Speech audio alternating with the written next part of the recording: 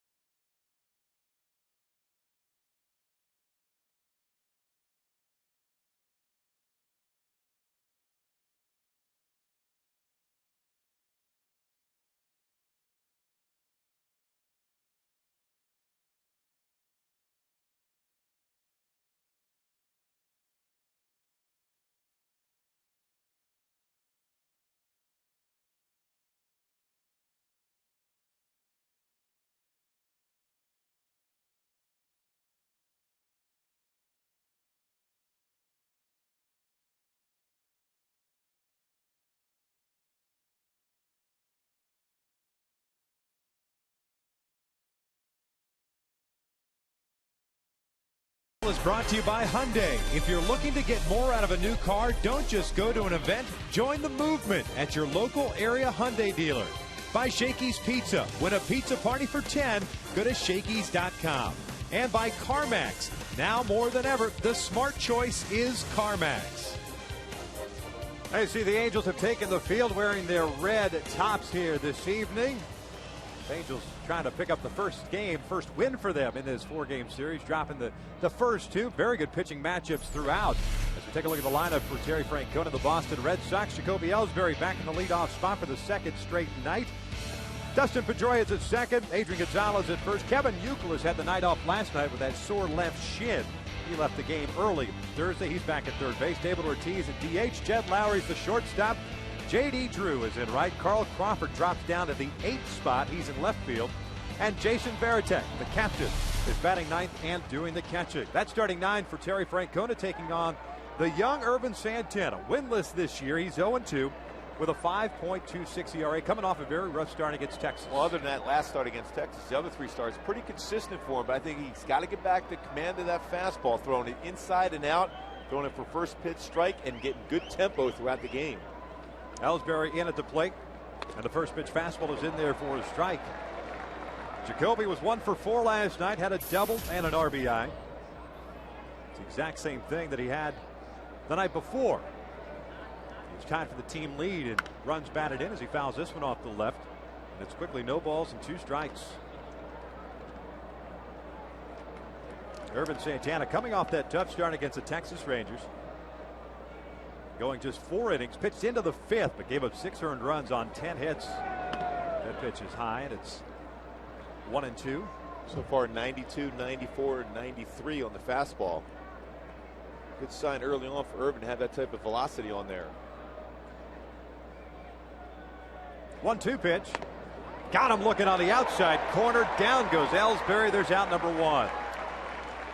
Take a look at the Home Depot doing more on defense for the Angels. Reggie Willis gets to start in left field. Vernon Wells is in center. Bobby Abreu in right. Alberto Callasco at third. Eric Ibar short. Meister Asturias at second. Mark Trumbo at first. Hank Conger back behind the plate. And Bobby Abreu back to his normal position, right field position. Will get a lot of activity. Irvin Santana more of a strikeout fly ball pitcher. Tough stunt early on in this game for Bobby, but certainly a solid defender in that position. That fastball missing outside to Dustin Pedroia. You mentioned that couple of fastballs to Ellsbury, that strikeout pitch, a 4-seamer at 94 miles an hour. That pitch missed inside. It's 2-0 on Pedroia. Went 0 for 4 last night, a couple of strikeouts. Hitting .314, 2 home runs, 6 runs batted in.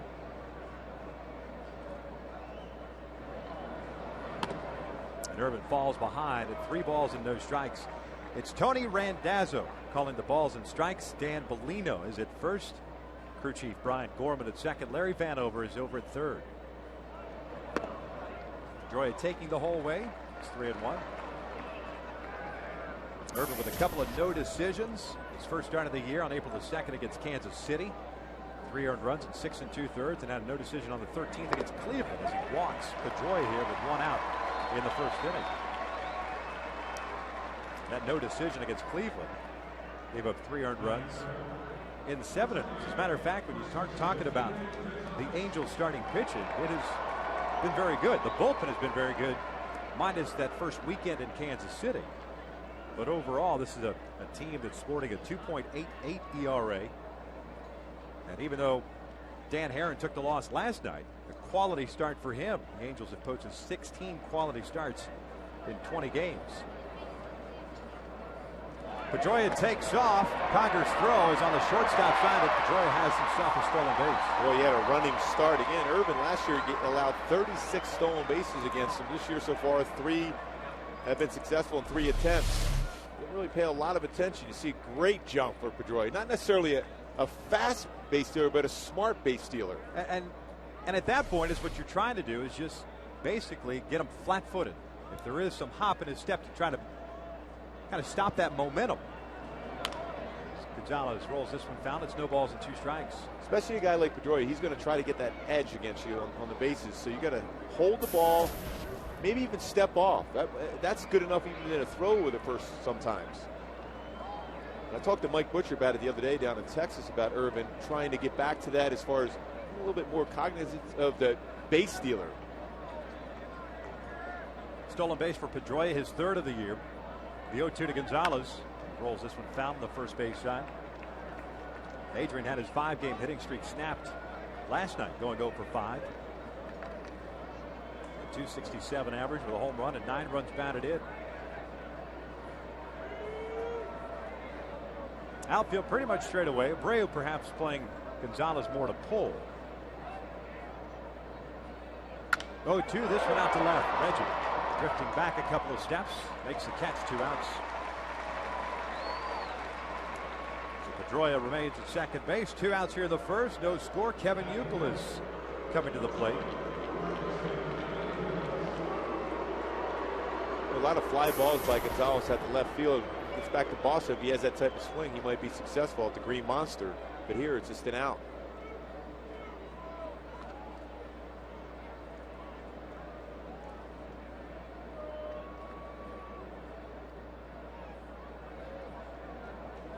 Youkilis on the season, a .214 average, 3 home runs, and 8 runs batted in.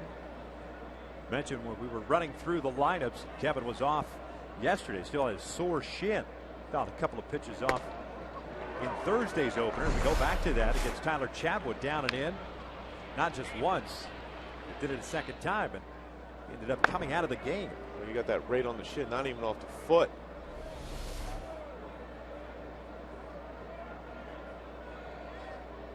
Oh, one pitch. This one's popped foul. First base shot into the seats. No balls, 2 strikes. Well, that was a good idea for Irvin, that first pitch, that fastball inside, and then came right back again with another fastball. This time Youkilis has that shin protector on him, just in case he hits another foul ball in that same region.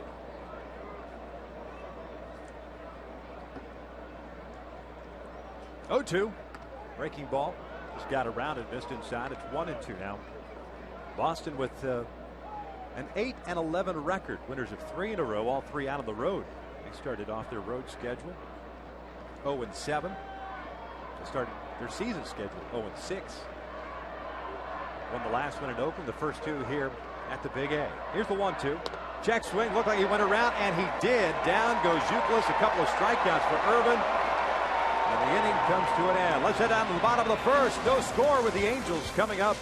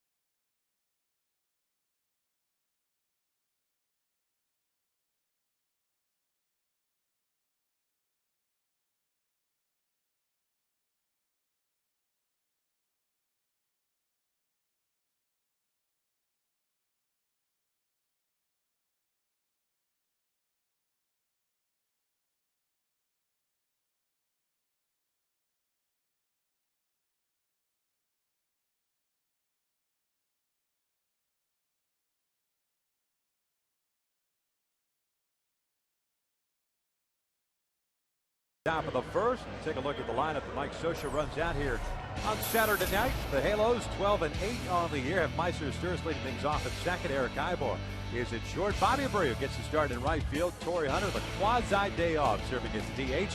Vernon Wells is in center field. Alberto Callasco at third. Hank Conger behind the dish. Mark Trumbo getting the start at first. And Reggie Willits gets the start out in left field. Taking on the 30-year-old from Tokyo, Japan by the name of Daisuke Matsuzaka. Matsuzaka just has a number of out pitches. He's got a fastball that rushes up there 89 to 94 range, a cut fastball, a curveball, a slider, a changeup, and a split finger fastball. Very good deception. Will never give in. He's a guy that will always hit the corners. Take a look at the defense behind Matsuzaka. Crawford in left, Ellsbury in center, Drew is in right. In the infield from third to first, it's Youkilis, Lowry, Pedroia, Gonzalez, and the captain behind the plate. Adrian Gonzalez is a very good glove at first base. One of the best fielding first basemen in the National League.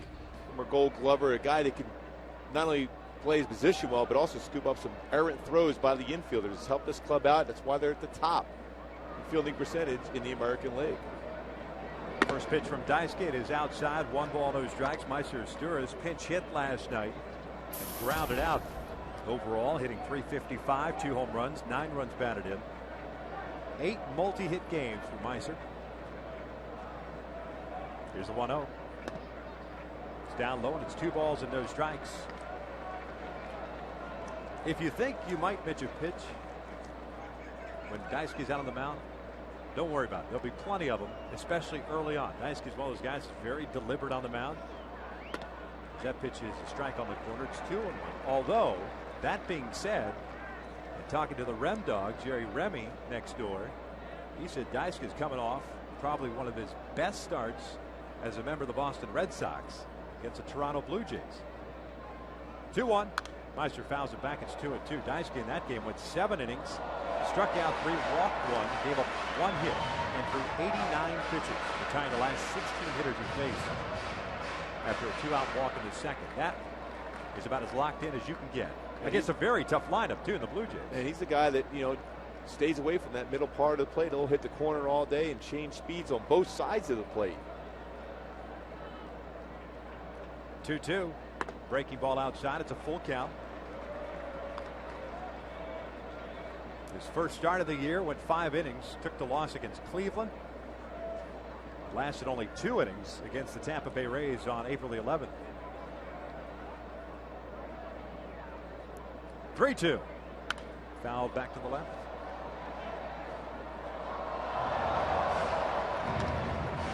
Eric Ibar on deck.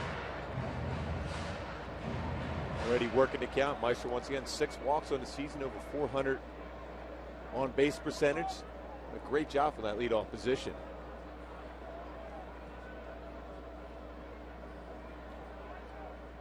The Stewart skies this one out to right. J.D. Drew is back there. The Stewart is the first out here in the bottom of the first. There comes Eric Ibar. We'll take a look at the Hyundai key to the game. Well, it's a great John Waite would say, back on their feet again. Big thing is lose the first 2 games of the series. Last year it is 1-9 against the Red Sox. But the bottom line is you got to get on base and create opportunities, steal some bags, put the pressure on Daisuke, and of course Veritek behind the plate. You heard correctly. The Angels, the start of last year to now, 1-11 against the Boston Red Sox. 4-2 game and extra innings on Thursday. 4-3 game last night. Ibar takes a strike on the outside corner.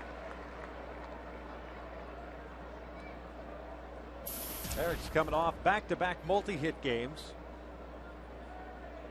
2 for 4 last night.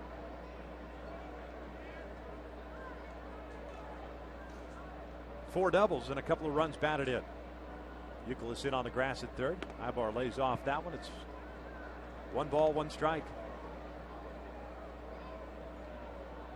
Matsuzaka in his career, a 47-29 record, 4.23 ERA.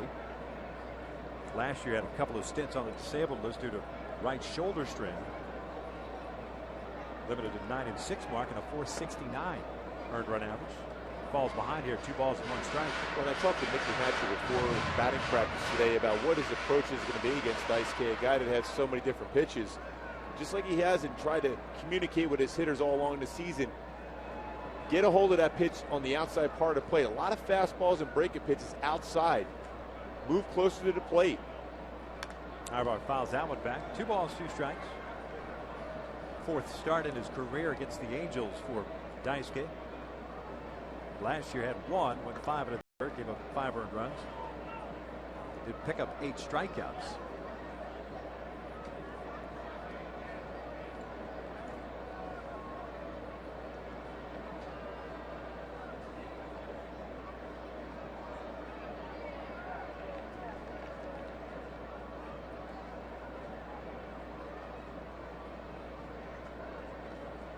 Here comes the 2-2. Ibar pops it up on the third base side, tailing into the seats. The count remains at 2-2. Well, Daisuke does take his time in between pitches, that's for sure. And before he delivers the ball. Just like Dean Smith bringing back that four corners defense. Trying to spread that ball around and waste some time. Josh Beckett was very deliberate, but that's kind of been his take throughout his career. John Lester also somewhat deliberate, but this Daisuke Matsuzaka has always been one of those guys that kind of been in a world onto his own. 2-2. Tap of foul. Boy, he's a hitter. I mean, I remember George Brett and Hal McRae going with the late Charlie Lau's theory about their timing. They would get to the front and have their bat back in an all-bat rhythm. It'd be very difficult to be able to stay back when you have a guy like Daisuke hesitating that long before he even delivers the baseball. Because hitting's all about your timing and your tempo. If you start moving forward, it's difficult to make good contact.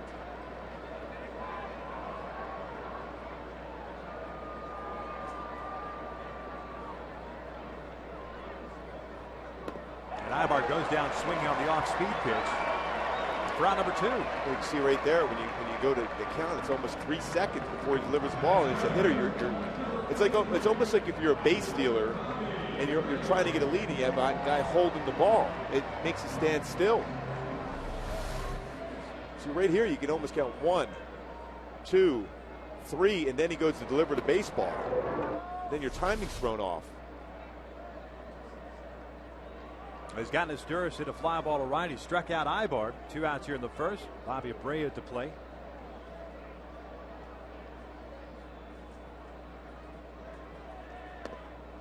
That fastball is down low. It's 1 ball, no strikes. Bobby 4 for 18 in his career against Matsuzaka. Snapped an 0 for 15 last night with a base hit, an RBI. And scored a run from second base on a pass ball. And one that didn't miss the strike zone by a lot. Abreu hitting one out towards center. Ellsbury back a couple of steps. Matsuzaka returns the favor. The Angels go down in order here in the first. One in the books at the Big A. We have no score.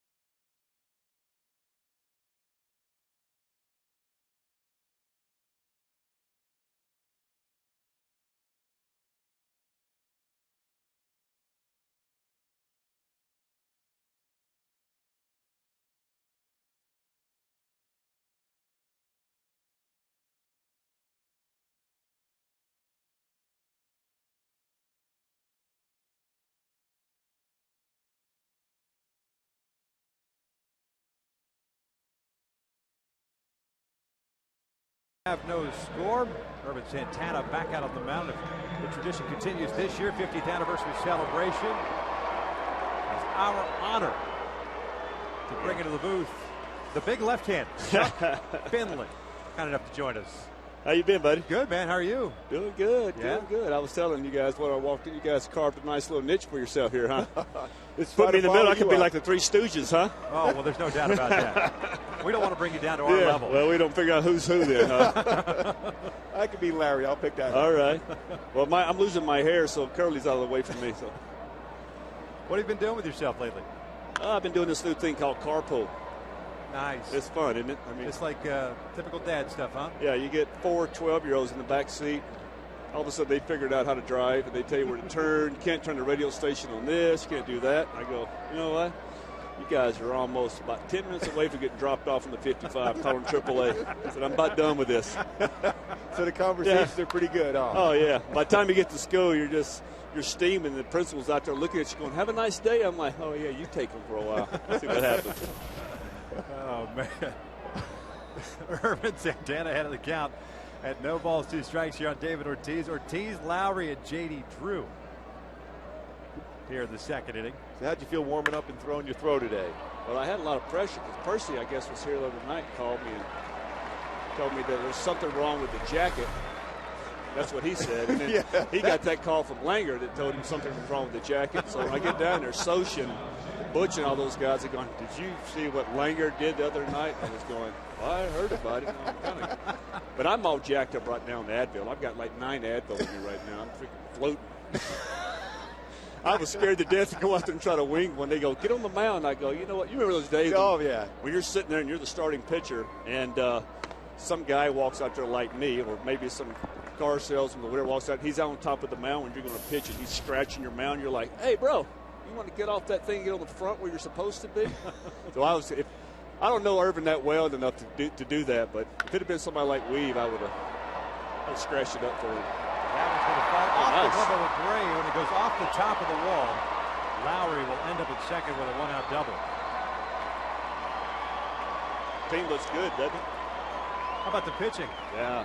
I tell you what, Mark and I had talked about this last year about these young kids that are almost ready to go. And you can tell every year in spring training, you can just see the maturity in their eyes. And I was talking to Chatwood in the dugout. What a pleasant surprise that kid is. Oh, I mean, man. he looks like he is not scared of anything. And very, very nice kid to talk to. He's from Redlands area, I guess. But yeah, they got some great arms down there. And I like the way this team is going, the direction. What about the way Weave is throwing the ball this year? Oh, I mean, you saw him. I've seen him for quite some time. But he came in there first in the big leagues and just went off unbelievable. Then all of a sudden the league made an adjustment to him, and then he's readjusted. His pitches has been outstanding, and he don't even have that 98-mile-an-hour fastball, but he spots everything so well. Yeah, he creates a great game plan for every team he faces. He seems like a different pitcher every night, but he carries the same stuff out there. He's always got two above-average weapons that he takes with him every night. And if you leave him out there long, if he comes up with that third one, he's going to get you. He's one of those guys. If you don't get early, he's going to dominate you. And he's always been that way. He's a grinder, and he's not scared of anything. And that's the kind of guys you want at the top of your rotation. J.D. Drew ahead of the count of 3 balls and no strikes. You mentioned spring training, the chance to talk to these guys. You still enjoy that kind of stuff? Yeah, I do. And sometimes you start talking, you go, let me see, when Dean Chance was talking to me a couple years when I was here, was I really paying attention, or was I like staring out, waiting for PFP or how many laughs? So you just kind of pick and choose. You go, okay. But yeah, I try not to talk too much about baseball to him. I just go out there and try to be a friend and just kind of listen. I don't want to sit there and try to shove something down somebody's throat because I didn't want to hear that. And then, if they want to know something, they'll ask you. But it's still fun. I love being around it. It's for about a week. That's perfect for me. It's enough. Yeah, it's enough. Did they get you on the mound and throw some BP at all? I started to, but then I think I saw Butch do it, and then I saw him after the practice over. He had like 9 pounds of ice on him. I was like, Butch, what's that? He goes, you see that BP out there? I was like, I am not going there. I mean, I'm looking, like last night, Dan Herron, he has that great split finger fastball. You had the same thing. How did you get guys to swing at that pitch when generally most times that was never really in the strike zone? It is. Dan does the same thing. He creates the angle. And that's, as you know, when hitters, they pick the ball up at the highest arc out of your hand. So he creates that downward plane. So by the time they recognize it, it's falling that way. So he creates such a good angle with that pitch, and it looks just like his fastball. And then, what is he, about 8 miles per hour different than his fastball? Exactly. And people would go home and they go, Chuck, how do you get those guys to swing at those balls in the dirt and not even strikes? I said, I don't sit there and ask them after I strike them out. I'm just like, I'm glad it does, But he creates such a good angle with that fastball, and he gets them in counts where they're swinging. Ibar has this one go off his glove. Lowry's going to score, and Boston strikes first. They lead it 1-0. Well, he tried to keep that ball in the infield. That's all he was trying to do. There's no way you're going to get Crawford out. He's trying to knock it down to keep the runner at third base. Instead, it gets off his glove. Right up the middle, good range for Ibar, but off the glove and into the outfield for a run. We always like that feeling, didn't we, Finn? When that got in there, rolled to the outfield, the runner's turning around, backing up another base. I love the one where the ball is hit like that, and you go to field it, and you go, oh, no, I'm going to pull my glove back and let the shortstop, and you forgot the shortstop's playing another way, and you watch it just dribble, and you're going, I could have had that. Finn, if you'd looked at the pitching chart and saw how we played these guys, you ever turn around when you pitch, Chuck? I'm like, no, really. I'm rubbing up another one. Those things. You know what I mean? It's like, I've been there. You ever turn around and pay attention where guys are playing? No, I didn't even know those guys back there. I knew where the guys were running around the bases against me, though. Yeah. I used to get all my running in spring training, not actually the game while I was pitching, because all I do is back up bases, first base, second base, home base. I'm like, pitching coach go, once you get through your 5 innings and go out there and get you about 15 poles, I go, didn't I just do that 4 innings ago? It was no fun going 1, 2, 3. What fun was that? I like to run in front of people. If I'm running in front of people, let them holler at me drinking a beer. Run another one, Finley. I'm like, okay, watch this pitch. Pow! Yeah, I'm over there taking oxygen like, Chuck, you all right? You look like you're pitching in Denver. I said, no, dude. You see those 4 triples and double and pass balls. All these words of wisdom. You should be a pitching coach. Yeah, oh golly, you're going to mess up a staff. I'm telling you right now. I don't even think they have like A-ball or rookie league. They would send me like, what's below rookie league? It's like just in case league. Yeah, just in case. Yeah. Yeah, I'd go up to Tony, and Tony, like, I start talking pitching to Tony, and Tony just starts moving his chair away from me. He's like, Finn, where are you going with this? I said, I got an idea, Tony. Listen to this. Why don't we do this? He goes, oh, God, here we go. Finn's doing something crazy again in his mind. He used to walk by my locker before he became GM, and he was doing the PR stuff. He'd look at me like, give me that little handful. Like, oh, God, Finn, what are you going to say tonight? I'll think of something. You have not changed one bit. Well, you know your dad, Cookie. He used to look at me too, and he'd go, "Chucky, you're not. Something's not. They're not. Those wires hadn't been sorted together yet, brother. Something's wrong." I go, "Okay." He goes, "That's probably why you're going to survive, because you just don't quite get it yet." And I go, "I don't think I ever got it." I remember meeting you for the first time. I think it was winter of '85 or '86. You were pitching down in La Romana. Oh. And you were I guess you were converting to be a starter at that point. Dad was managing the team there. And remember, the lights used to go off at that stadium periodically, just the rolling blackouts. And you sit there scared to the living daylight. It's like the fourth inning. You're like, watch this. It's pretty cool. You were just fascinated with the blackout. Yeah. The funny thing about it was that you'd be pitching, and the lights would go out. Like, okay, and they come back on, there'd be like 13 guys on top of the dugout with M16s like this. You're like, wait, what just happened here? Chuck, we appreciate it as always. Great to see you. Thanks, man. There you go. Boston's on top 1-0.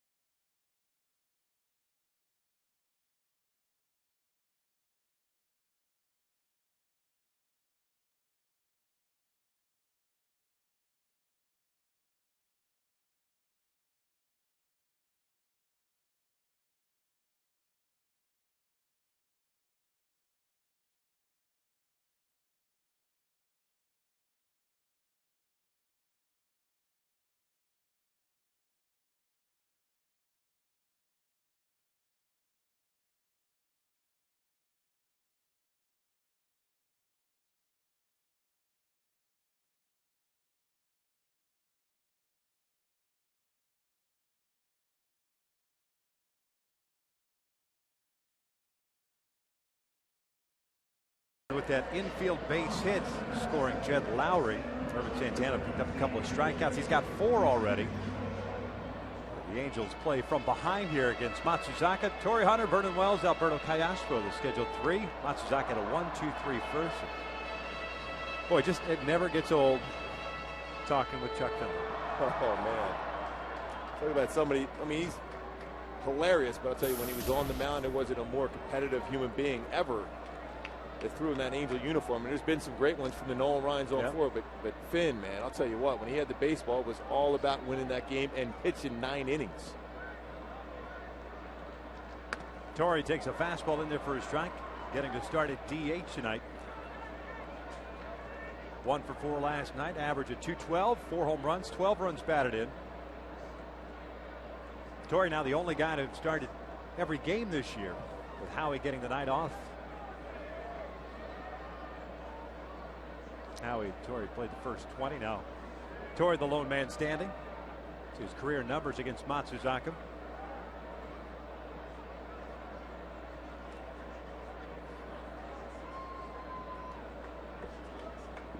You knew it was inevitable once Eric Ibar came back off the disabled list, and Mike Scioscia was going to start bouncing Meiser around the infield. That's outside. It's 2 balls and 1 strike. What a luxury that is to be able to do that. Give a guy a day off every once in a while against whether if you're a right-handed batter against a tough right-handed pitcher or nasty lefty you haven't had much success against, and you don't miss a beat. 2-1 pitch. That's down low. 3 balls and 1 strike.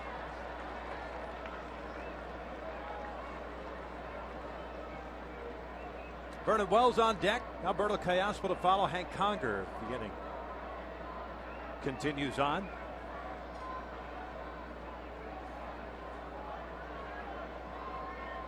Matsuzaka's 3-1 pitch is down low, and that's a leadoff walk. So a man on with nobody out. Vernon coming to the plate.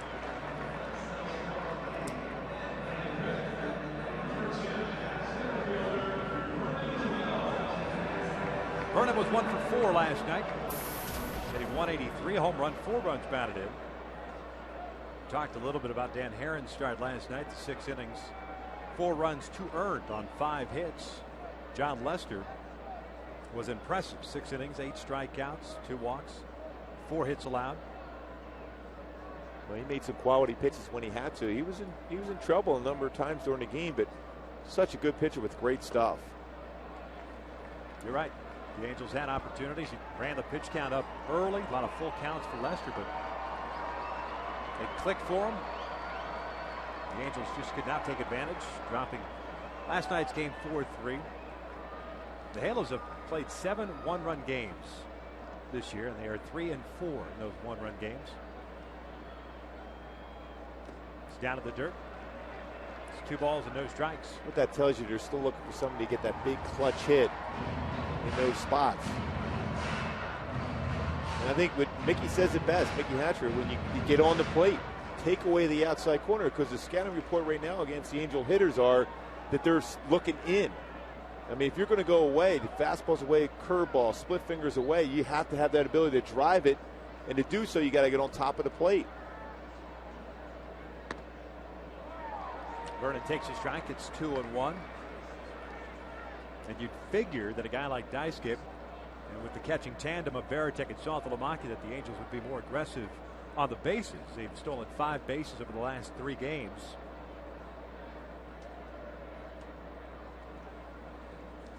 Trying to get that running game going. Halos overall 13 stolen bases on the year, 7th in the American League. So far this year against Daisuke, no stolen base attempts against it, but last year 25 against him. You have a chance to pick the right pitch because he throws a lot of all-speed stuff. Varitek 1 for 8 this year in throwing out would-be base stealers.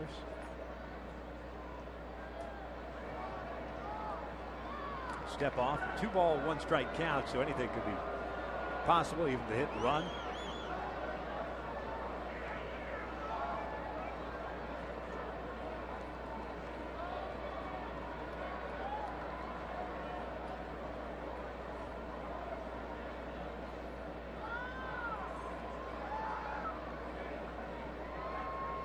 The 2-1 pitch. Vernon hits a high drive toward left center field. Carl Crawford and Jacoby Ellsbury. It's Ellsbury making the catch for the first out. So Torrey still at first with 1 away. Here comes Alberto Callaspo. Pretty good pitch to hit there. Just missed that one.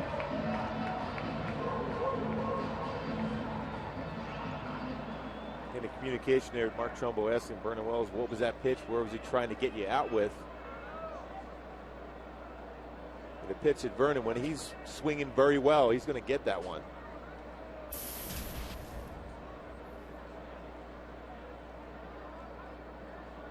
Callaspo for 2 last night, couple of walks. Hitting .303 on the year, swings through that first pitch. 2 home runs, 7 runs batted in for Alberto. Done a nice job this year, at least in the early going, getting on base, a .403 on base percentage. That puts him in the top 10 in the American League.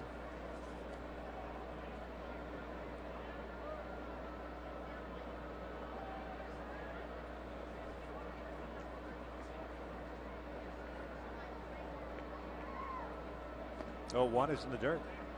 1 ball, 1 strike.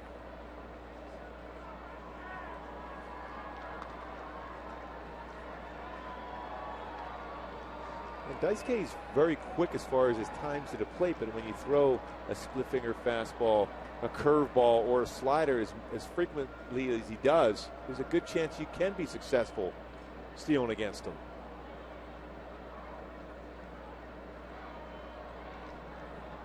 One pitch. Off speed is outside. 2 balls and 1 strike.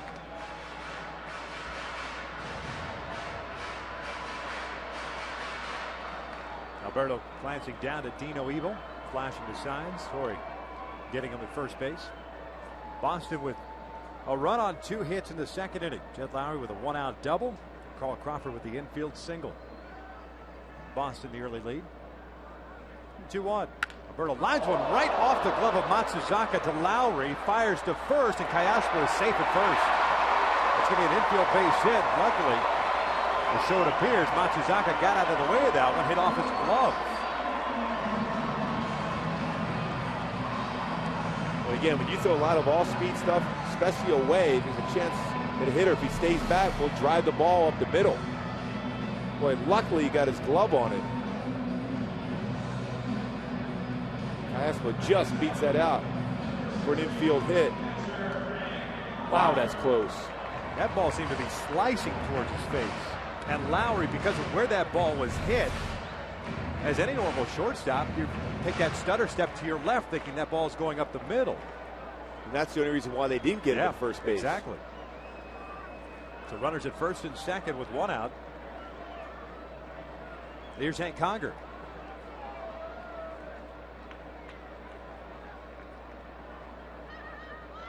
Hank swings, drives one toward left, playable for Crawford. Torrey looks like he's tagging up, and he'll stay there. The throw comes in. There are 2 outs.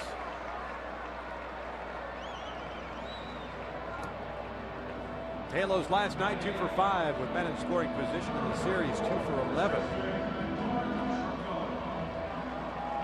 That's nowhere near what the Red Sox have done, or haven't done, if you will, with men in scoring position. They're 4 for 31 in this series.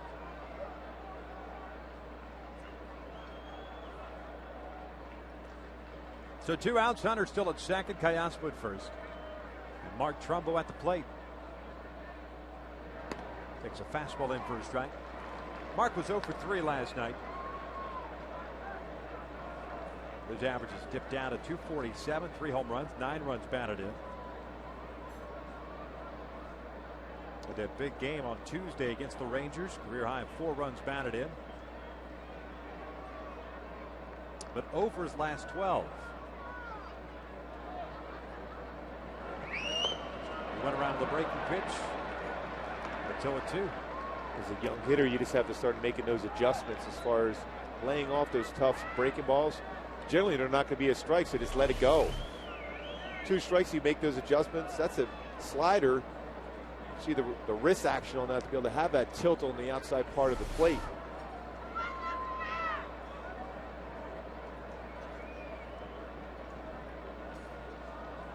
Glance back to Torrey at second base in the 0-2. Swinging a miss on a high fastball. And that is the second strikeout for Matsuzaka. The Angels leave 2 men on, 1 in scoring position, and after 2, Boston still leads it.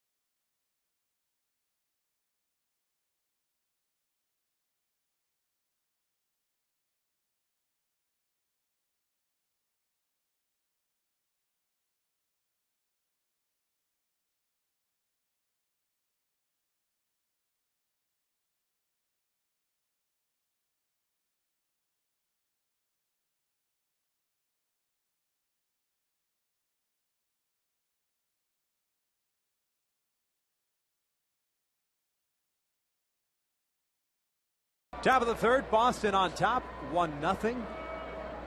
Red Sox have the top of the order coming up here against Irvin Santana, Ellsbury, Pedroia, and Gonzalez. Irvin with 4 strikeouts. Ellsbury shows bunt, takes down low. 3 of the 4 strikeouts looking.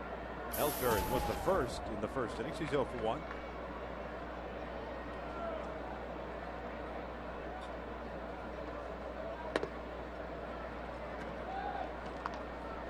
It's 2 balls and no strikes.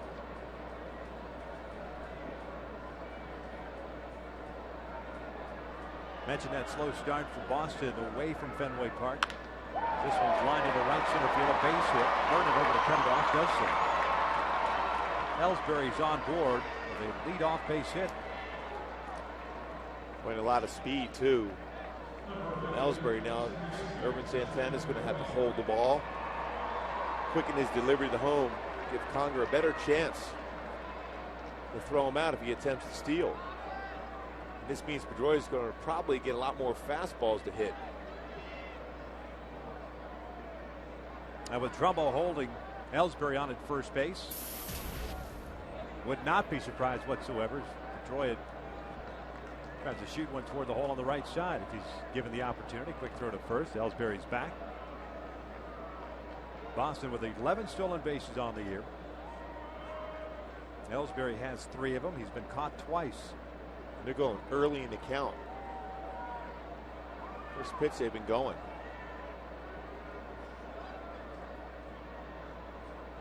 Ellsbury bluffs as if he were to take off. Stayed at first. It's 1 ball, no strikes. But doesn't that make sense from an offensive standpoint, especially given the guys that you've got coming up in the order? Take your chances early. First Pitcher's pitch. obviously concentrating on what's going on at first base, and put the hitter in an advantageous count with a man in scoring position if successful with the stolen base. I think the earlier the better when you're going to try, especially with a guy with that type of speed, and Ellsbury just go right away, because then a hitter's not going to have to take a bunch of pitches and fall behind so far.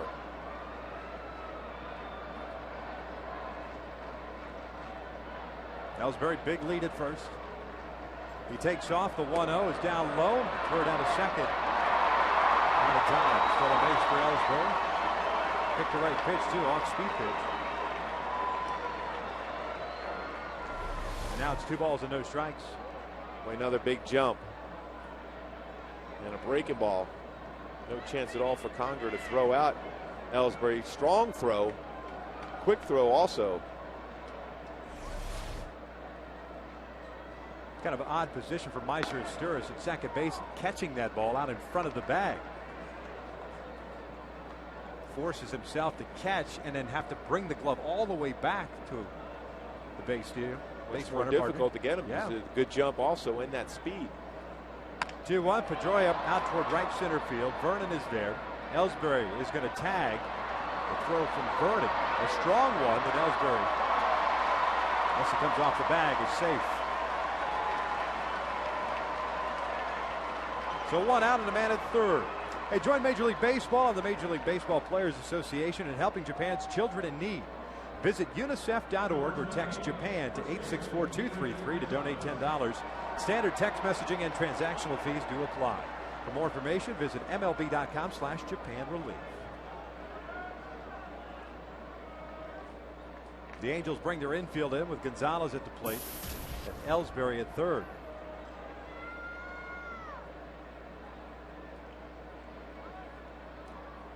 Breaking ball, a strike on the outside corner. Adrian hit a fly ball to left in the first inning, so he's 0 for 1 in this one. We've had some great crowd first 2 games of this series. And another here tonight. That's in tight. Evens the count at 1-1.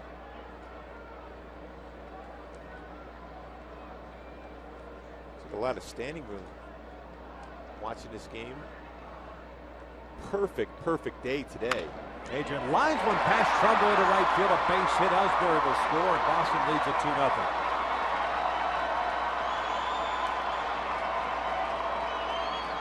And that's when the stolen base comes back and haunts you. Stolen base goes to third on a sac fly. Nice job as far as getting your hands through the baseball for Adrian Gonzalez. That wasn't a bad spot. Trying to jam it, but super quick inside on that one. Boy, he's got a sweet swing, whether he's going the other way or able to turn on it. Picks up his 10th run batted in as Kevin Youkilis swings the first pitch. This one fouled into the seats on the first base side. It's 0-1. Youkilis went down swinging in the first inning. So he's 0 for 1. So there's 4 strikeouts for Santana.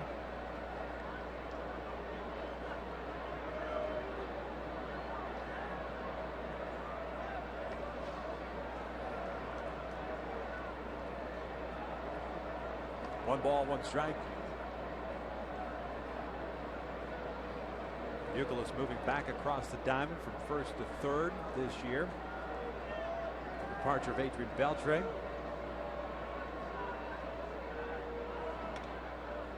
This is way outside. It's 2-1.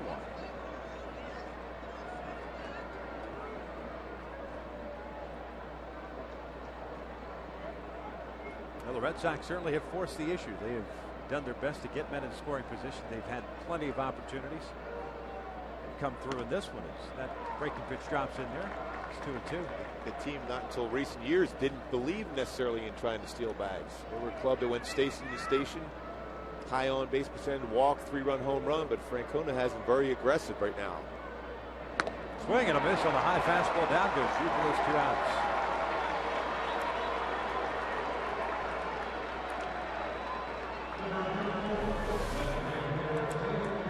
Great spot with that fastball. Challenged him inside at 93. 4-seam fastball. Elevates, gets by him. A good fastball hitter, and Youkilis didn't catch up to that one. First 4 pitches of the at-bat away from Youkilis and coming inside with that fastball. So David Ortiz steps up. Looks at a breaking ball for a strike. Overshift is on. 3 infielders on the right side. As Stur is the second baseman out in shallow right field. That's where Ortiz grounded into that roller in the second. Foul and out of play. It's no balls, 2 strikes. Boy, late on that fastball after the first pitch, breaking pitch. Outside also.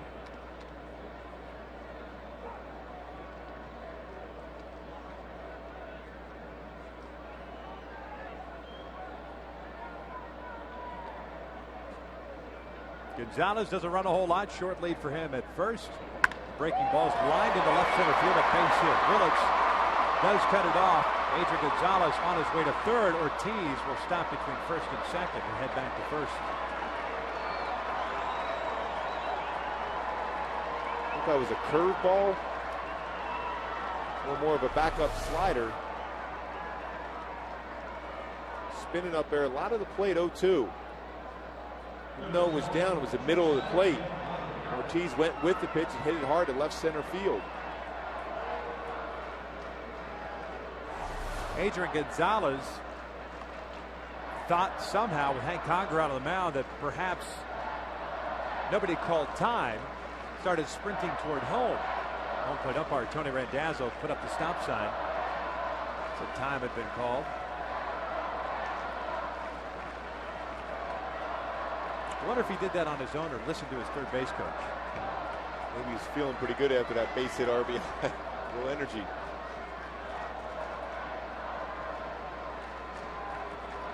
Jed Lowry at the plate. Fouls one off to the right. Lowry doubled his first time up and scored a run. That's what we were talking about with Meaning out on the mound.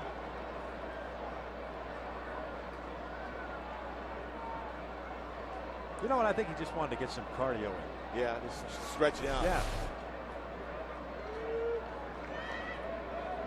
That was about 70%. It took a while before he decided, hey, nobody's there. Lowry swings and misses there, and it's no balls, 2 strikes. A double for Lowry in the second. His 4th of the year. Mentioned earlier in the game that he and Ellsbury tied for the team lead and runs batted in with 12. This one hit out toward right center field. Vernon moves to his left. He's under it. Makes the catch. That will end the inning. But Boston tacks on another on 3 hits, leave 2 on. We head to the bottom of the third. Halos down 2-0.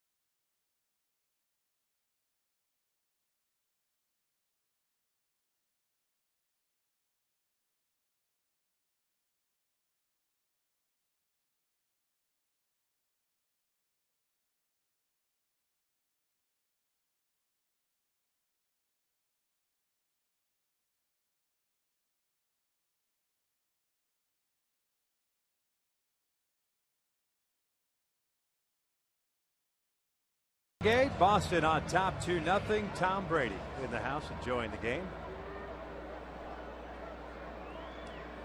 Big baseball fan. I'm sure he's here rooting for the Angels. Isn't he, though? Yes, no question. Here in the bottom of the third, Reggie Willits, Meister Asturis, Eric Ibar. 9-1-2 against Daisuke Matsuzaka. Willits takes a strike. Reggie 0 for 4 to start the year. Good numbers against the Red Sox in his career, .361 average. Start out in left field tonight. Youkilis in on the grass at third. Breaking ball is low. It's 1 ball, 1 strike. Boston with 2 runs on 5 hits. They've stranded 4. The Angels no runs, 1 hit. The Halos leaving 2 men on base. They had runners at first and second with 1 out of the second inning. And once again, just could not push a run across. 1-1. It's 1-2.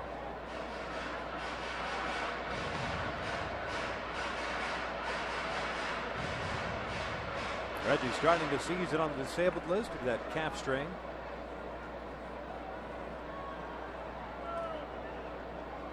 .258 last year, 97 games. It's down in the dirt. 2 balls, 2 strikes. That's one of those pitches too. You start hopping around as if they got your toe.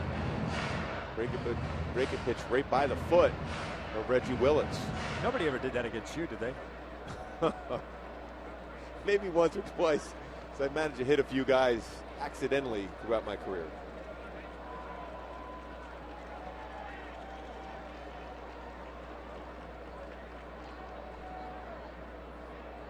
Two from Matsuzaka, and Willits fouls it back to the left.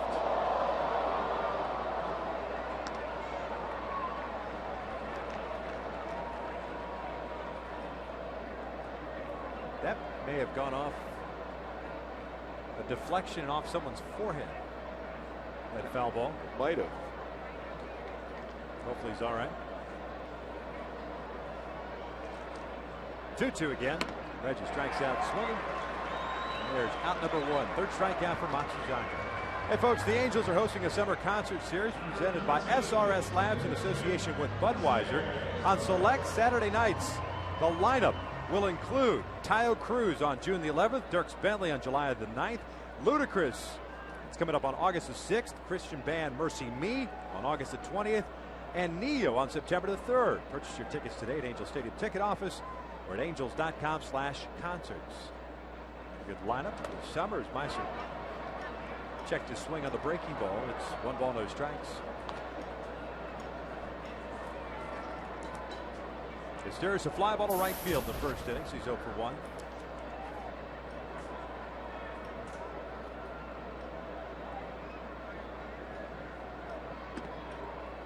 Caught the inside corner. Evens the count. Well, as we pointed out, Matsuzaka's last start extremely good. One of his better starts in his Red Sox career. At least according to the authority next door, Jerry Remy. He would know about everything that goes on with Red Sox Nation.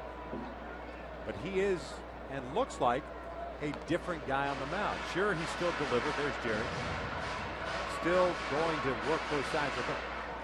But he's not nibbling as much as we've grown accustomed to seeing. He'll go off the corner all day long and go a little bit further out if you swing at it. But he's got a pretty good fastball, good velocity so far, and he has been challenging the hitters with the fastball.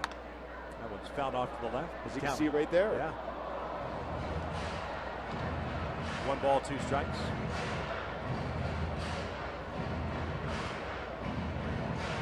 Now, I think he's a completely different pitcher when he's from the full windup as compared to out of the stretch.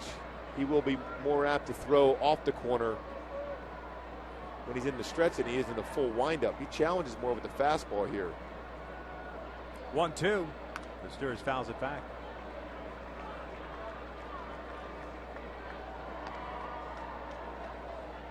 Shallow outfield for Boston in left and center. Crawford in left, Ellsbury in center field. At their speed, they can go out and get it. J.D. Drew is back and right. And standing probably in the only ribbon of sunshine coming through this ballpark in right field.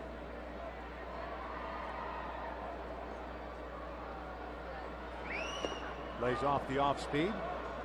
Did not go around, says Larry Vanover. It's 2 balls, 2 strikes. The left-handers had some success against him this year, hitting .333 with 3 home runs. Very effective against right-handed batters, only hitting .150 with 0 home runs. The Angels this year are much better against left-handed pitchers than they have righties. They just have not been able to get it going here at home. 206 average at home this year. On a 4-4 record. Stirs goes down swinging for round number 2. It's 3 consecutive strikeouts for Matsuzaka. There are 2 outs here in the third.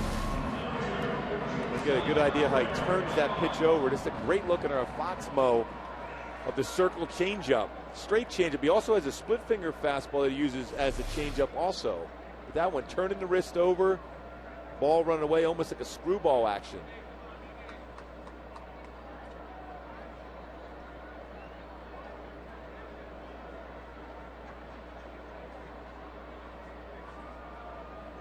Ibar takes inside.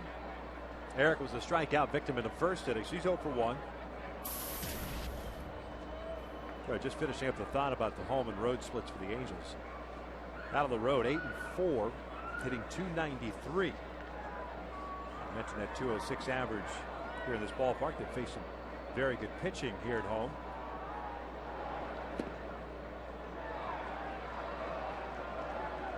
Count evens at 1 ball, 1 strike.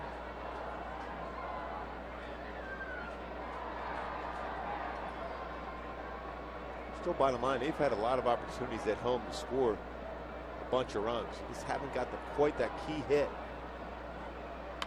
Ibar hooks one into the right field corner. J.D. Drew moving over. Will make the running catch. The Angels go down in order for the second time tonight. 3 in the books. 2-0 Boston.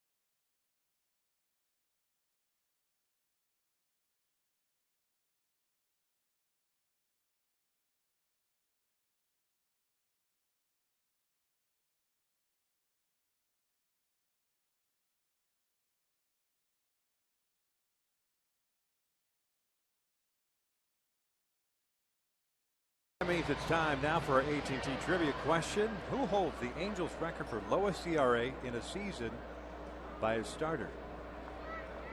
I'm going with Dean Chance. Shocker. 1964 I'm going to go with. Royalty checks forthcoming. Yes.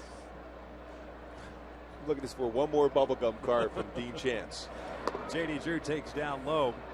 It's 1 ball, no strikes. Boston setting up the bottom third of their order. Drew, Crawford, and Varitek here against Irvin Santana. Irvin with 5 strikeouts as Drew takes the strike here. 1 walk, but he's given up 5 hits. Boston with solo runs in the second and third innings.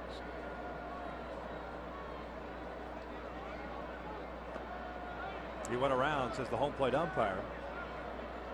Drew doesn't like the call. It's 1-2. J.D. went down looking in his second inning at bat.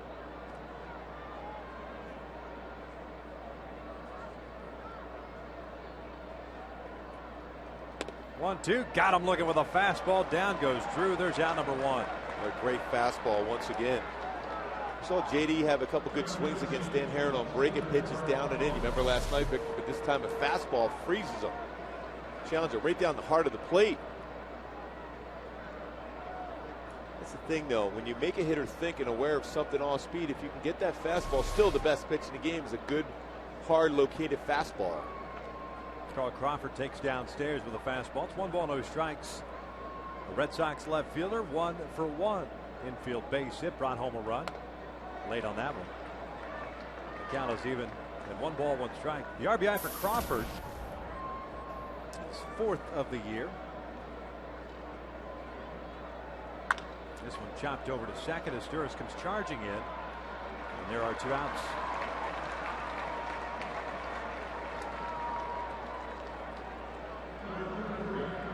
Irvin looking for his first 1-2-3 inning. He'll have to face Jason Varitek here to get it. Varitek struck out on the second. 0 for 1 for him.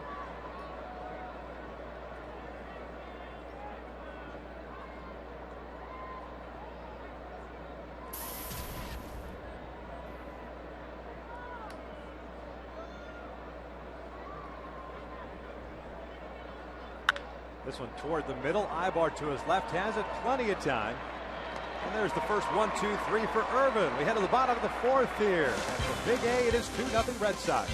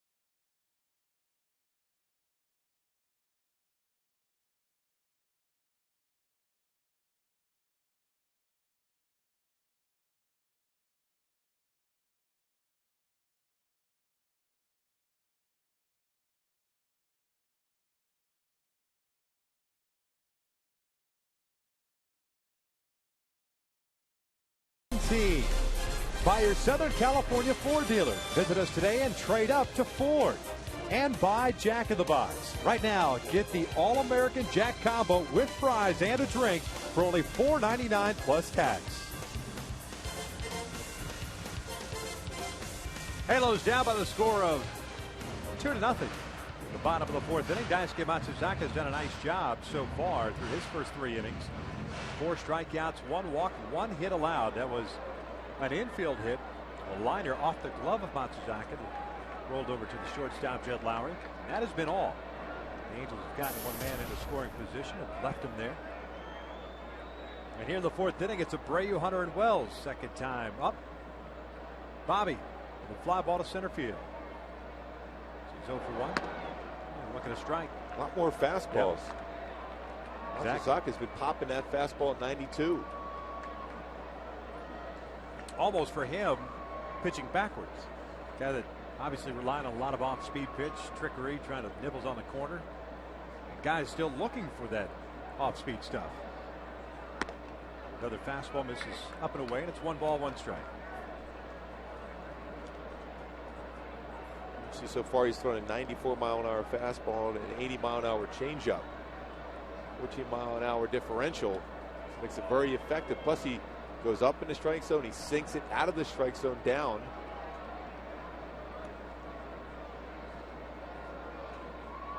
Outside, it's 2 balls and 1 strike.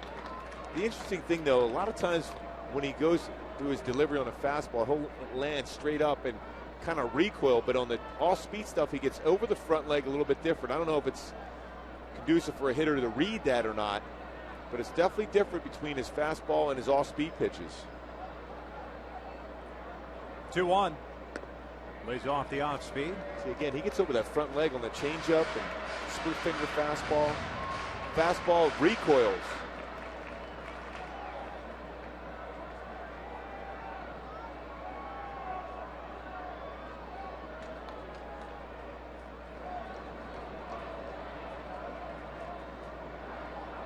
Three-one pitch. He's down low. Lead off walk. That's what happened in the second inning. Torrey Hunter had himself a lead off walk. Go back to our AT&T trivia question. Who holds the Angels record for lowest ERA in a season by a starter? Mark Gubicza has said Dean Chance. Dean Chance, 1.65 ERA in 1964.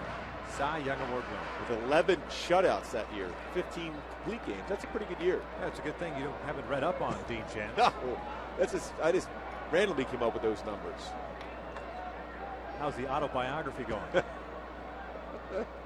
Torrey swings through the first pitch fastball and it's 0-1. Well, again, you can see when that fastball's coming, that recoil as he's delivering the ball. Torrey with a walk in the second. No AB for him.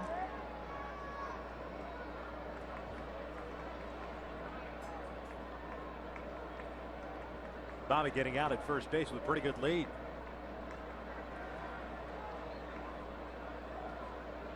Torrey flips one out to right, playable for Drew. 1 out.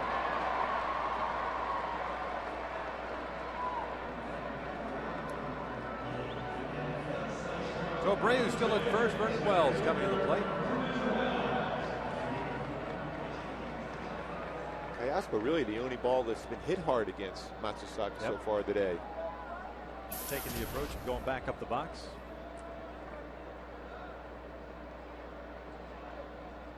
These two teams wrap up the 4-game series tomorrow, Easter Sunday. John Lackey going for Boston. Matt Palmer getting to start, trying to follow up his very good outing against the Texas Rangers earlier this week.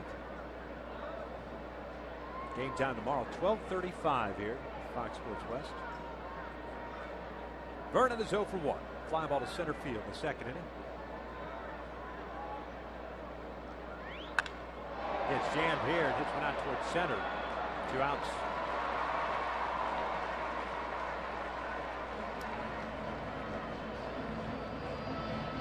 Six fly ball outs already. And I'm still amazed at the Angels with the way the team has been scuffling. And there have been guys that are in some slumps. Vernon's starting to come out of it a little bit. Torrey's in one. Bobby's in one. That the Angels haven't been more aggressive on the base paths. At least taking chances. You know what it allows you to do as a hitter, too, when you're struggling to play it? This shortens up your swing. You make contact, especially whether you're stealing or hitting, running. You track the ball a little bit better.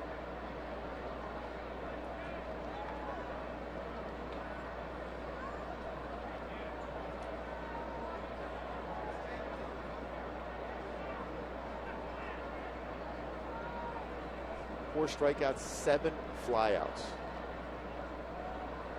Quick throw over and Bobby diving back in. Kayaspa with that infield single to the second is 1 for 1.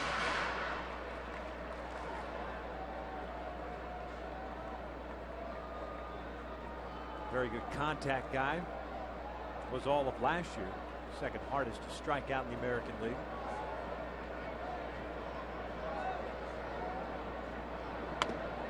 Looks at a fastball for a strike.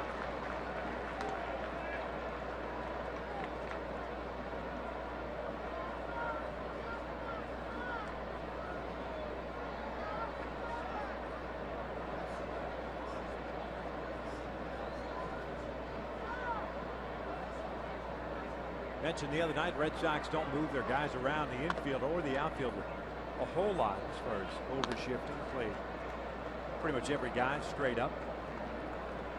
The only exception being late in games with a lead, trying to protect or play their corner infielders toward the lines.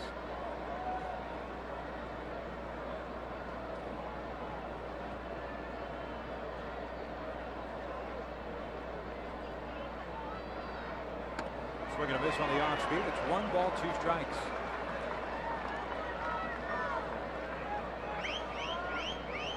The Angels in jeopardy. Right down the middle. Yeah, the Angels in jeopardy of leaving their leadoff man stranded yet again.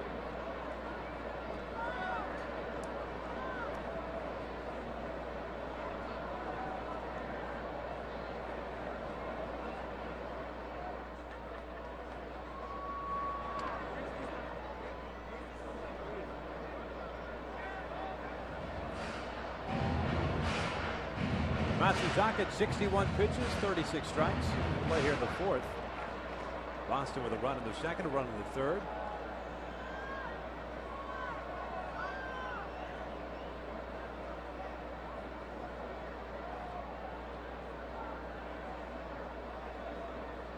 A 1-2. It's down to the dirt.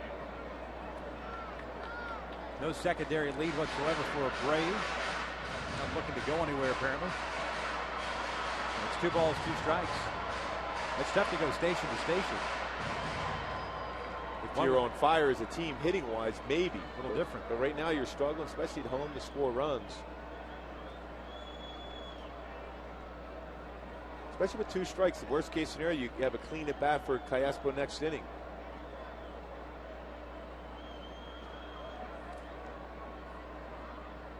Two. Callaspo lifts a fly ball to right center, playable for Ellsbury. That will end the inning. So leadoff walk, stranded at first for the books here at the Big A. Boston on top 2-0.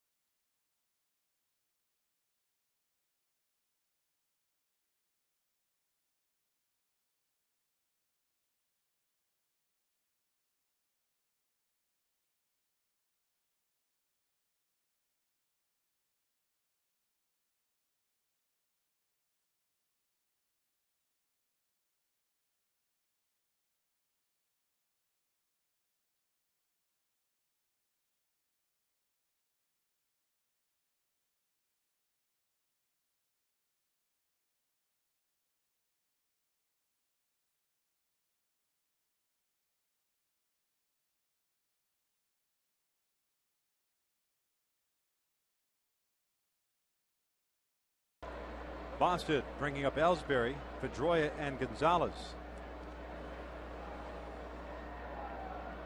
Irvin Santana, 6 strikeouts, 1 walk, 5 hits allowed. Ellsbury bunting 1 foul, and it's no balls and a strike. Ellsbury strikeout victim in the 1st, a base hit, stolen base and a run scored in the third. 1-for-2 night. Well, we've seen the last couple nights Ellsbury attempt a bunt. It's going to be important for him if he's going to be that leadoff hitter for the Red Sox once again, utilizing that speed. This one broken bat looper to shallow center. That falls for a base hit. Leadoff man is on board. If you're looking for one-of-a-kind Angels collectibles, then come out to Angel Stadium on Saturday, April the 30th. The Halos are having a yard sale located at the home plate gates. Items include authentic clubhouse chairs, stadium banners, game-used items, and more. Early entry for season seat holders is at 9 a.m. and then to the general public at 10 a.m. Won't be surprised early on right here, a pitch out. Ellsbury has shown he will go early.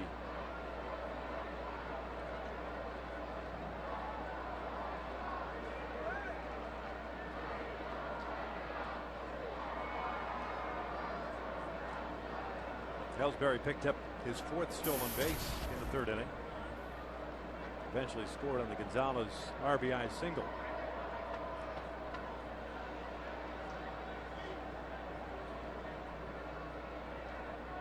Ellsbury takes off. It's a pitch out. The throw from Conger is dropped by Eyeball.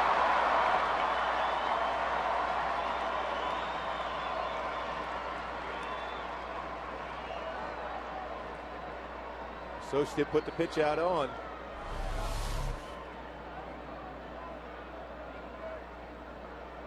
But still, the object on a pitch out for a pitcher is to throw the ball to the throwing side of the glove. He's got to reach back and then come back again and throw the ball. You want to, as a pitcher, throw it right at his throwing shoulder.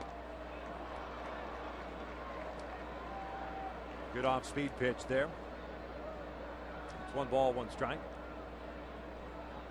Pedroia drew a walk, stole a base in the 1st inning, but he was stranded there at 2nd. With a fly ball to center field to 3rd. He's 0 for 1.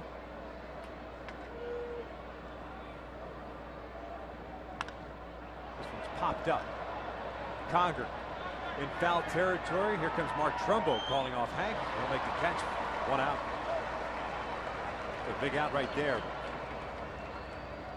Look at the fact, too, cannot advance the base runner also. Now Urban's going to have to look back and make Ellsbury aware that it's a different look.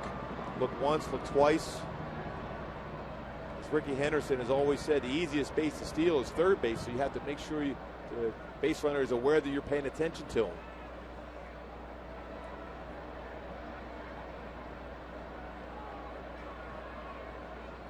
Ellsbury still at 2nd. Here's Adrian Gonzalez.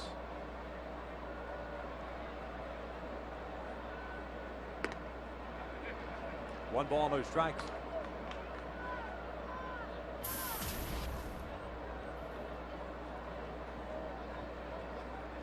Gonzalez 1 for 2, picking up his 10th RBI in the 3rd inning. Guybar, Urban Santana looking at each other, trying to keep Ellsbury close to the bag at 2nd.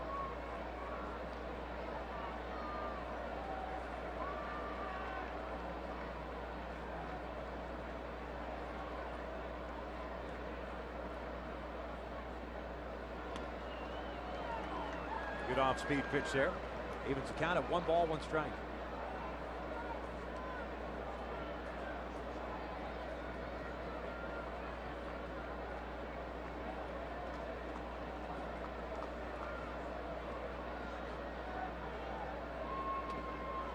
Backed it up with another. Great spot. Most times the hitter won't look for that same area for a breaking pitch. I think maybe go back in with a fastball, but hit the great spot. Good target that Conger set for him.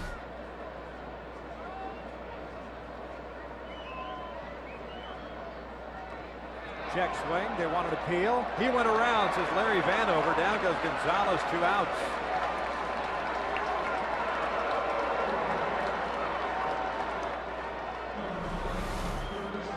A good view here from the side. Definitely crossed the plate. No question about it.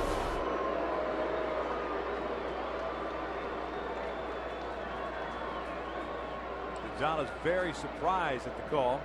It's back to the dugout. Strikeout number 7 for Urban.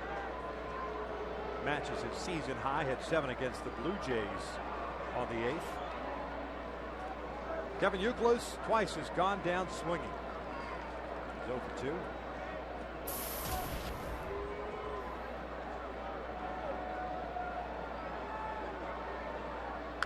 Swings at that first pitch fastball. No balls and a strike. And that was kind of the approach for Ervin Santana in the previous plate appearance for Kevin Youkilis, going away from him and then with 2 strikes riding that 94-mile-an-hour fastball up and in.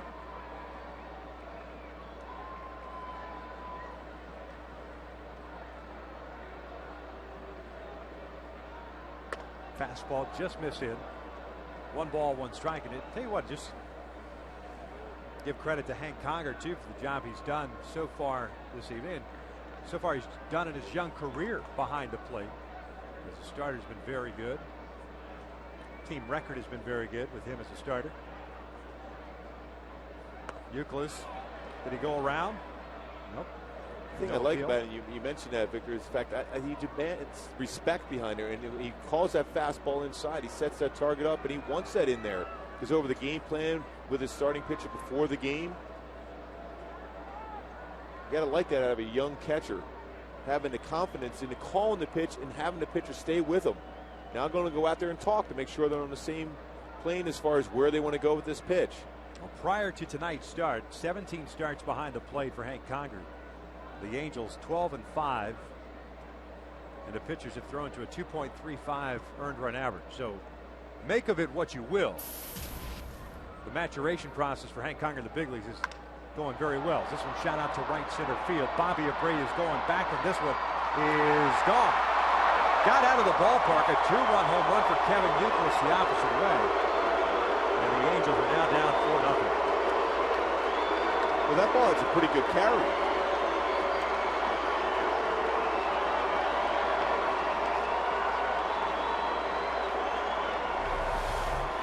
Tried to go inside with the fastball. This time they kind of had a cut action, goes away.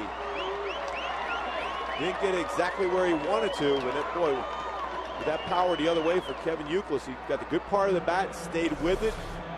Let that fastball get deeper in the strike zone, and the ball extremely well to right center field. 4th home run. Base is clear for David Ortiz. Slices one foul down the line. It's no balls and a strike.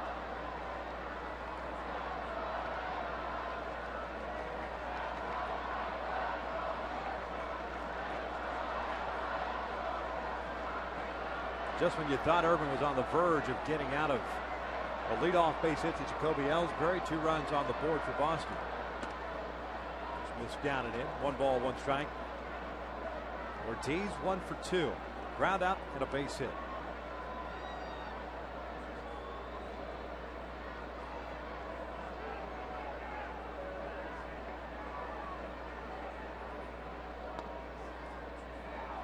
On the outside corner, Ortiz doesn't like it unless he thought that pitch was low. It's 1 ball, 2 strikes.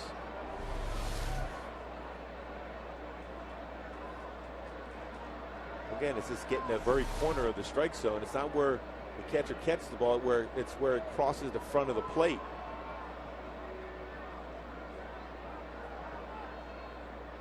Time is called at the last minute.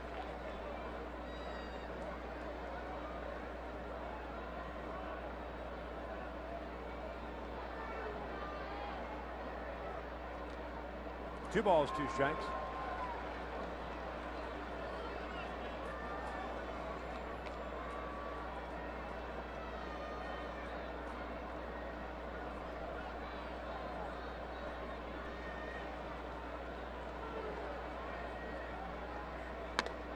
Ortiz goes down swinging on the fastball, but the damage is done as Kevin Youkilis. It's a 2-run home run as we hit the bottom of the 5th. Red Sox on top, 4-0.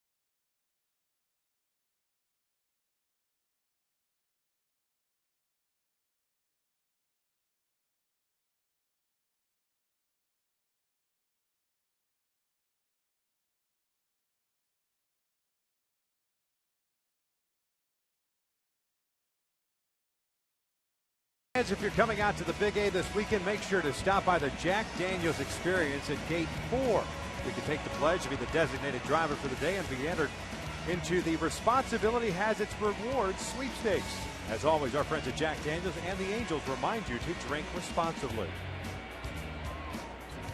You know Jack Daniels was 5'2" and had a size 4 shoe? No, I did not know that. One of the things you can learn at the Experience. Hank Conger to lead things off here as the Angels are down 4-0. Conger, Trumbo, Willits, bottom third due up for the Angels. Daisuke Matsuzaka, 4 strikeouts, 2 walks. Hank hit a fly ball to left in the second innings. He's 0 for 1. Lays off the breaking ball. It's in there for a strike. This is the point of the game where the offense has to respond. You can't wait too late like last night. You fought your way back in, or you lost by 1, but you got to get going the offense right now.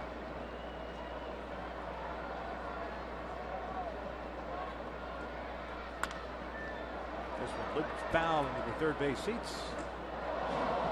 Count. He's at 1-2.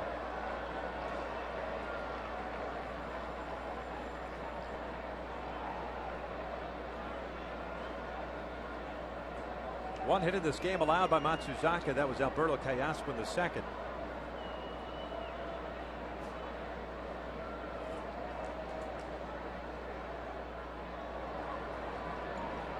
One-two, got him looking. Two-seam fastball on the inside corner. Conger is down on strikes. Angel fans, log on to foxsportswest.com/angels for all the latest team news and Joe McDonald's in-depth columns. Be sure to cast your vote today on what impresses you most about the Angels' young talent. All listed right there. You can do that. foxsportswest.com/angels. Trumbo steps up. He struck out swinging in the second. So he's 0 for 1. Continue to throw him first pitch breaking ball. Marcus has to slow the game down right now. Just look that fastball away. If it's a breaking pitch, first pitch, you just got to let it go. Get comfortable again. Track the baseball.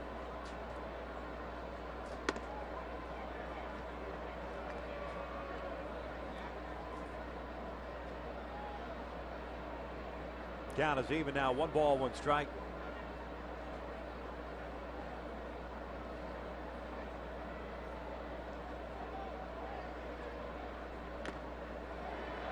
We got a fastball there with a sinking action to it.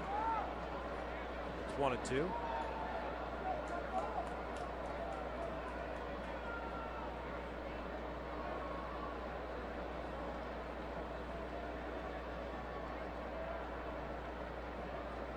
Trumbo a little bit in between right now. Matsuzaka's 1-2 pitch is waved at. Breaking ball down and away, 2 outs. I think still the approach at the plate is always going to be just try to get the fastball. You're never going to hit. No one's going to hit a great breaking ball like that one there by Daisuke. I mean, that's a nasty pitch. So you got to think the approaches has to be, okay, I'm going to go look for the fastball. Trust you can get through that fastball because he's not overpowering. He's hitting his spot. But he will, he'll elevate the fastball, as you can tell, by 8 fly ball outs and 6 strikeouts. Not 1 ground ball out in the game so far. Facing Reggie Willits here. Reggie, a strikeout victim, his first time up. I think he was perhaps thinking about dropping one down. It's 0-1. But the 6 strikeouts that Matsuzaka has picked up tonight, 4 have come from the bottom of the order. Conger with 1, Trumbo with 2, Willits with 1. Reggie in the hole here, 0-2.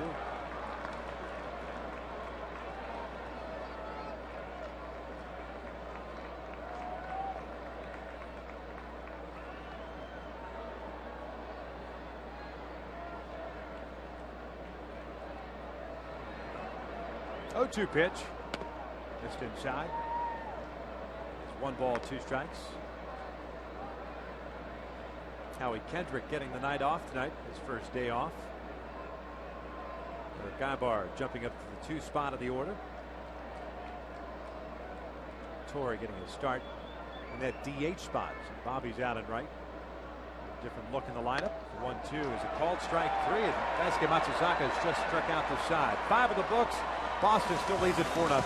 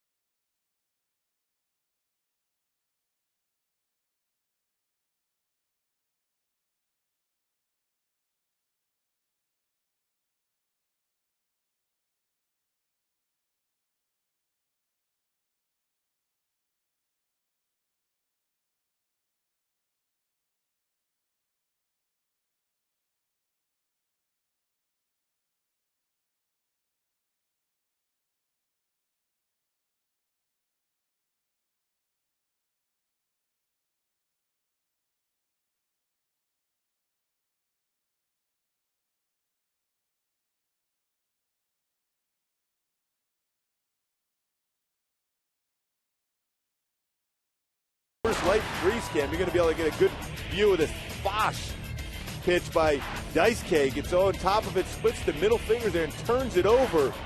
Very good tumbling action. Way out in front Meister is in that pitch. You see fastball, read fastball, but the grip does not allow that to come in the same velocity. Now we've got Coors Light freeze cam brought to you by Frost Brew Coors Light. Well, you get a real good view of that pitch. Very difficult to stay back on it.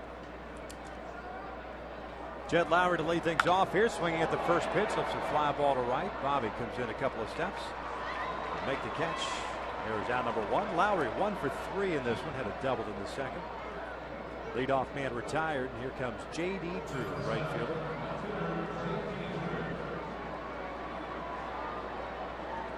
"15 strikeouts combined between Urban Santana and Daisuke Matsuzaka. Urban with 8, Daisuke with 7. Drew swinging at the first pitch, pops one up. Down a left field line, long run over for Alberto Callaspo. He'll make the catch, 2 outs. Nice job of getting where he needed to be quickly by Callaspo. One of those plays, too, is you get close to the stands. You know you have to reach it, but if you get there quickly, you can position yourself to make that end up looking routine. So 2 outs, nobody on for Carl Crawford. 1 for 2 game. RBI single in the second, a ground out to Asturias in the 4th. First pitch is in there for a strike. Urban's had 1 1-2-3 inning. That came in the 4th inning.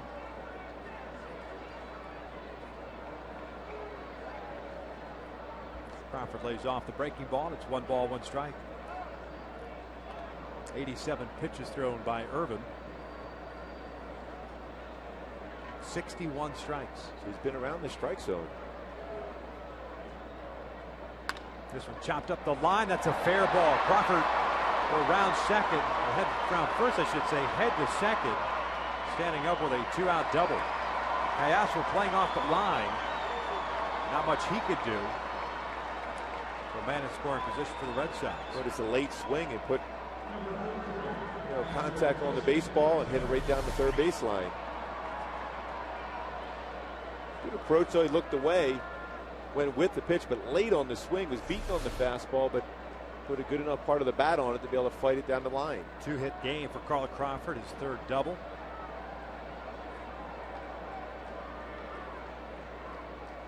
Jason Varitek steps in 0 for 2. Struck out looking in the second, grounded to short in the 4th. Swings and belts one into the corner right field, and this one is going to go off the base of the wall. Crawford will score. Varitek in at second with an RBI double. It's 5-0 Red Sox.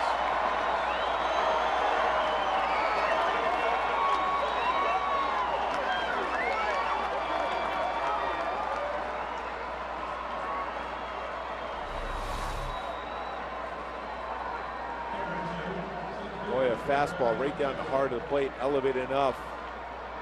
And Varitek's able to tuck the hands in and drive that ball hard. Fortunately, it stayed in the yard. But if you got to go fastball, you got to make sure you go away because he's going to roll over that pitch a lot. But he's going to turn on it. Ellsbury will look at his strike. He's 2 for 3 with a couple of singles, couple of stolen bases, couple of runs scored. 9 hits for Boston tonight against Irvin. This one's hit in the air. He's right field. Bobby is there. That will end the inning. But Boston tacks on a run on back-to-back doubles with 2 outs here in the 6th inning. They lead it 5-0.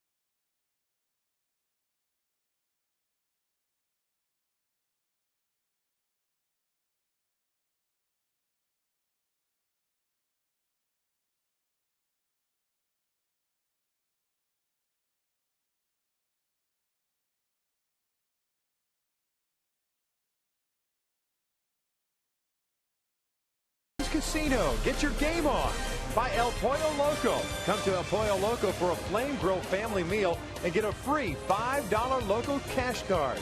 And by Time Warner Cable. Well, the Angels are down 5-0 here against Boston. Daisuke Matsuzaka just coming off of an inning in which he struck out the side. The Angels do have the top of the order coming up here with Sturis, Ibar, and Abreu. See the numbers for Matsuzaka Monday against the Blue Jays, tonight against the Angels. Very similar numbers. They've been trying to get him to throw more fastballs, and he certainly has the last couple games. Sets up all his other pitches.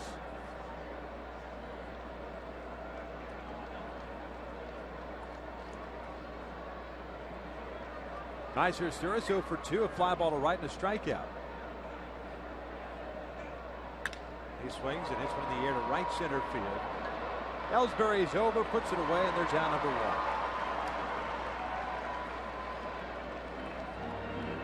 1. Leadoff man retired. And 7 in a row put down by Matsuzaka since giving up the leadoff walk to Bobby Abreu in the 4th inning.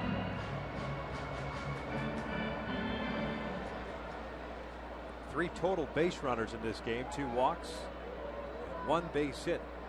Cayasco. Ibar struck out in the 1st, hit a fly ball to right in the 3rd. 0 for 2 tonight. Euclid in on the grass at 3rd base. The fastball is in there for a strike. Again, establishing and throwing fastballs for strikes early in the count. He's even getting a few outs with that pitch. 13 first pitch strikes out of 20 batters he has faced. Generally, he's a guy that's always trying to go in the outside corner, inside corner, but never a spot where he's going to be consistently throwing first pitch strikes.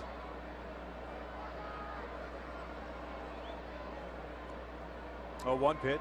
Ibar fouls it back.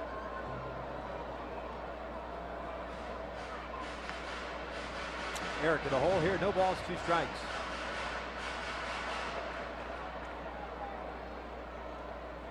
After this series wraps up tomorrow, the Oakland A's roll into town. First of 3 on Monday night. Another good pitching staff rolling into town.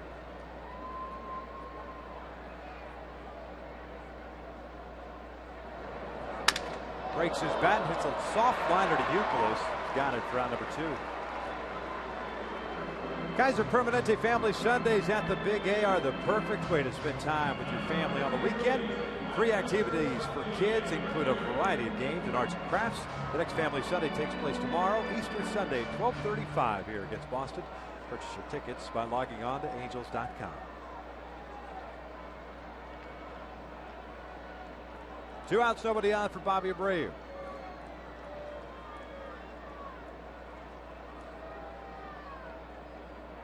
Bobby 0 for 1. Fly ball to center in the first. Drew a walk in the fourth, but was stranded at first base. Breaking pitch is down low.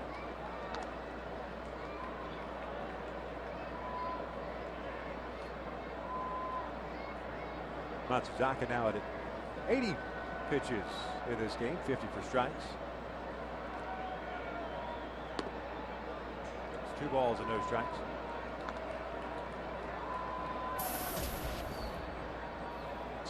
Two outs right here for Daisuke against Bobby Abreu. You would think he's going to throw a fastball here. That's the one thing about Daisuke. You never know.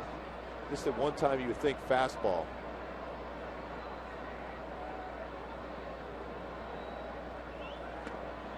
Got it. It's 2-1. Interesting sign on that one where Veritek puts the 1 down as far as the fastball, but the thumb up. So there's obviously he goes one for the cut fastball, one for the sinking fastball.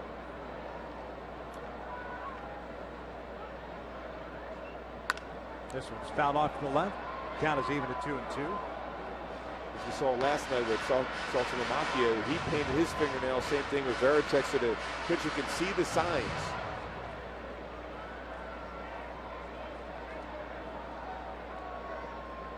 Veritek going with more like it looks like tape on the fingers.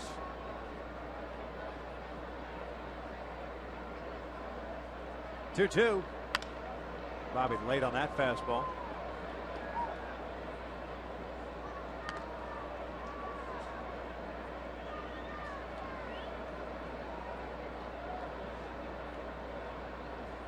Reset and do it again. 2 balls, 2 strikes. Irvin Santana's going to come back out here in the 7th. Just 8 pitches in the 6th inning.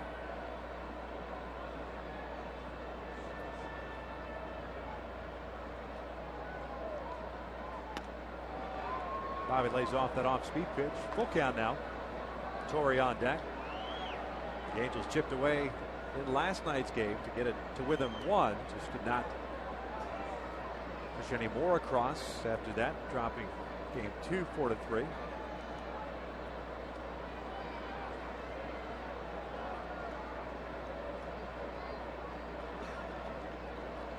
Here's the payoff. Abreu draws the walk. Bobby's been doing that all season long. Base on balls with 19 on the year. Leads the American League. So he's on board for Torrey Hunter with 2 outs here in the 6th inning.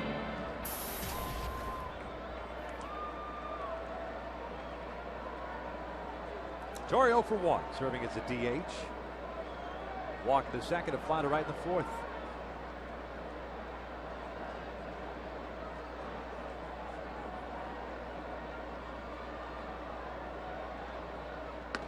The fastball is in there for a strike. Must have been looking for breaking pitch, first pitch, because that was a fastball that Torrey just loves to crush. And Daisuke's been identified as a guy that will throw that off-speed pitch, first pitch, but he's a number of times tonight challenged Angel hitters with fastballs first pitch.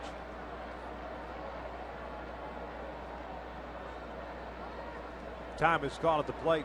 Last minute, it was granted by Tony Randazzo.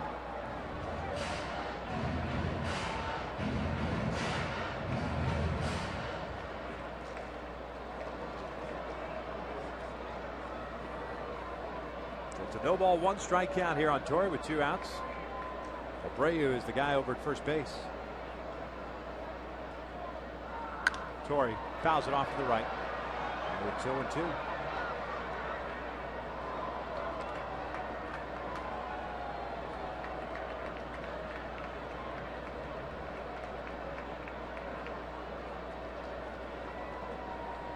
Boston with a run in the second, a run in the third, 2 in the fifth, 1 in the sixth.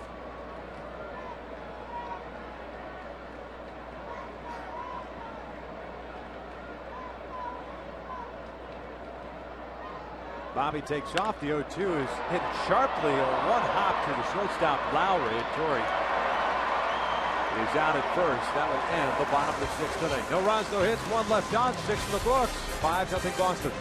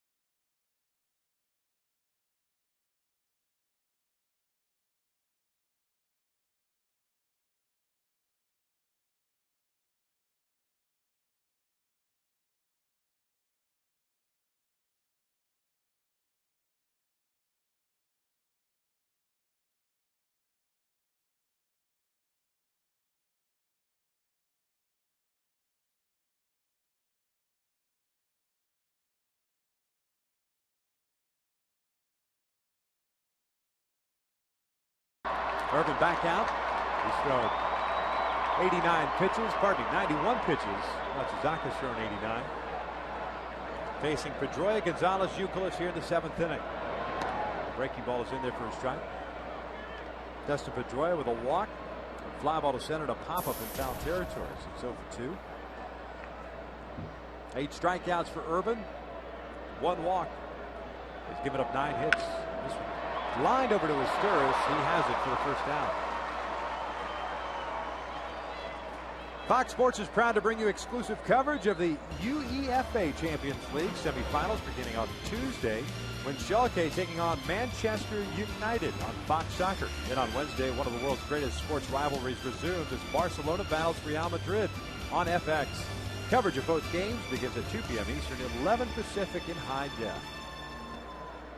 Adrian Gonzalez looks at a fastball away, and it's 1 ball, no strikes.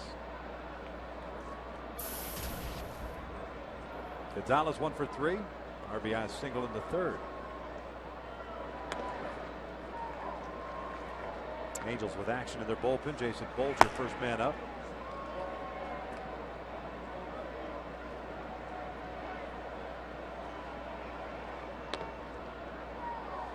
And it's 1 ball, 2 strikes.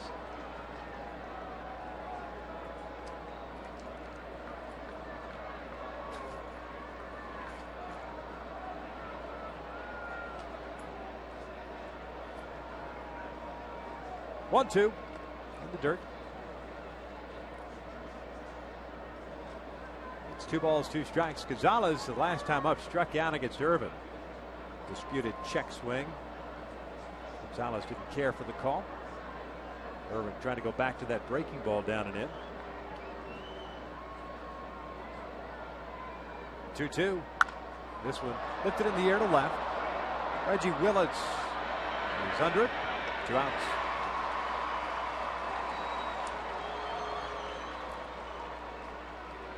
Now it's time for Coors Light cold hard blast. Kevin Youkilis, who had struck out his first 2 at bats against Irvin Santana, gets a fastball not located exactly where he wanted it for Irvin, but Kevin Youkilis makes a pay going the other way with a 2-run home run to right center field.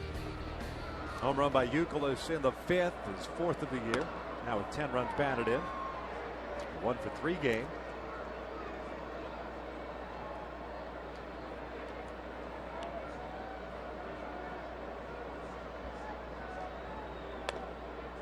strike on the inside corner. It's quickly 0-2. Pitch count, good ratio, strikes to balls.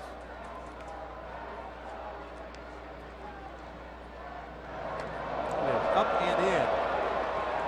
1 ball, 2 strikes. Kevin has a knack for being hit by pitches 70 times in his career. He's a guy that you would call a diver. He looks out over the plate. He's not afraid to go out there even if the fastball is inside. Missing down on his 2 balls and 2 strikes.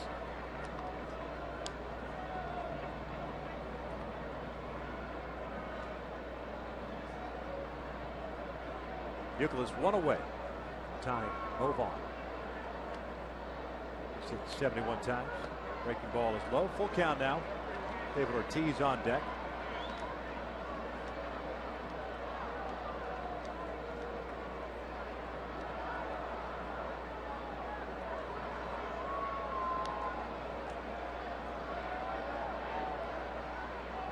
Payoff pitch, got him swinging on the slider. Down goes Youkilis. A 1-2-3 inning for Irvin. 7th inning stretch time here at the Big A. The Angels trail it 5-0.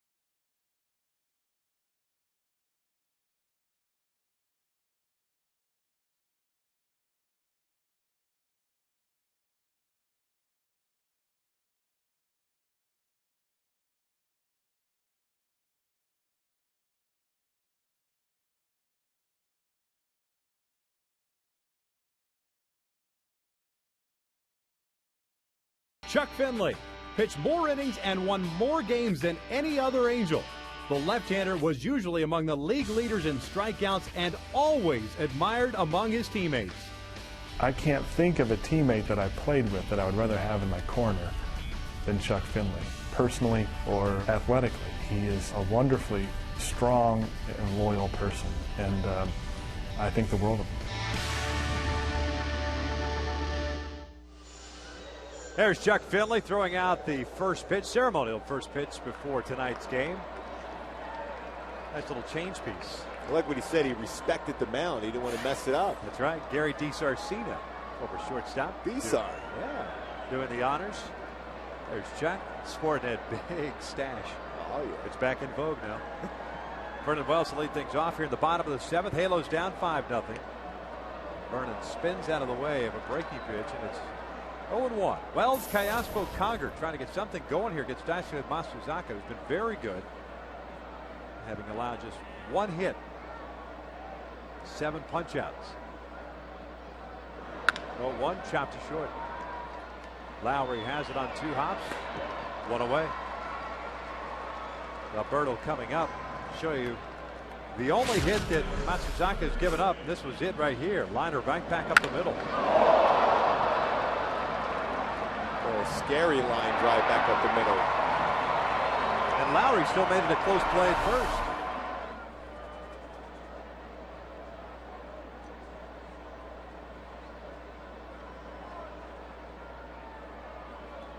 Alberto 1 for 2 with that base hit. Flight out to center the 4th.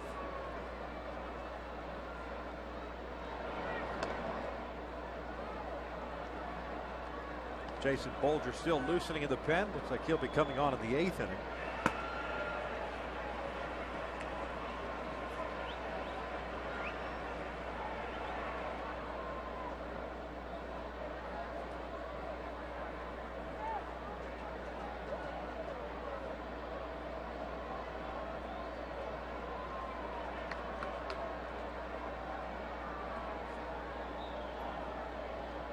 1-0.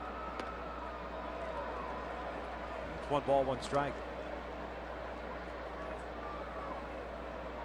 Irvin, if he is done, 7 innings, 9 strikeouts, 1 walk,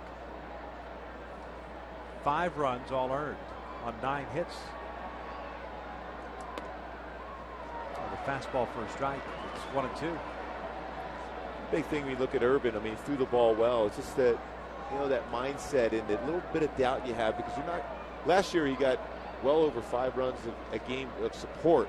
Allows you to be more aggressive. This year only a little over 3, so a 2-run differential takes away your aggressiveness at times because you feel if you make a mistake you're going to lose the game, but you can't have that mindset. You just got to attack hitters, try to keep it close, and whether it's going to be a low-scoring game or not, win it late if possible.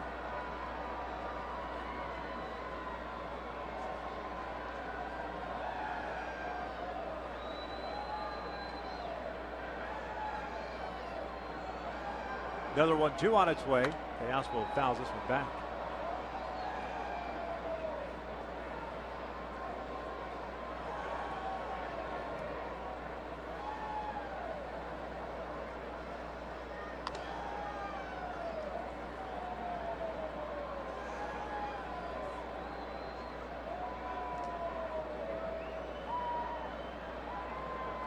One ball, 2 strikes here on Teosmo with 1 out in the 7th.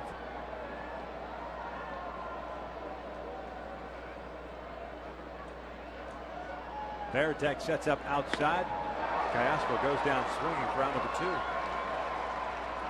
2. The Angels have a great ticket special for April 25th and 27th against the Oakland A's. Fans can save 50% off ticket prices in select seating locations when using the password AB50th at the Angel Stadium ticket office or at angels.com. For more information on seating locations and to purchase your tickets, log on to angels.com. Hank Conger at the plate with 2 outs, nobody on. Hank fouls off the first pitch. It's 0-1. Hank 0 for 2. A fly ball to left and a strikeout in the 5th inning. The lone scoring opportunity for the Angels in this ball game came back in a second. Teosmo got that base hit. It put runners at first and second with 1 away. Conger at that fly ball to left. Trumbo struck out to end the threat. As Hank fouls this one off the left and it snowballs 2 strikes.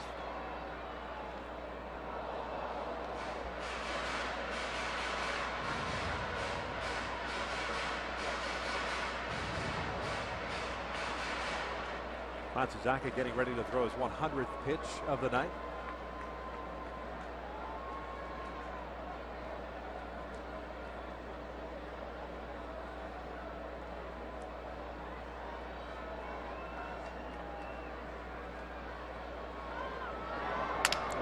Breaks his bat, rolls one foul up the first base line. And he gets some new lumber.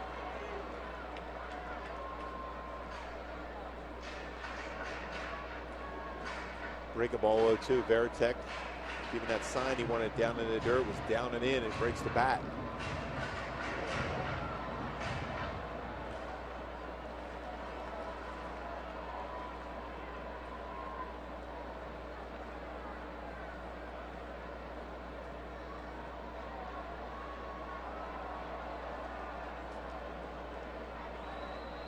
Oh, 2. Foul back.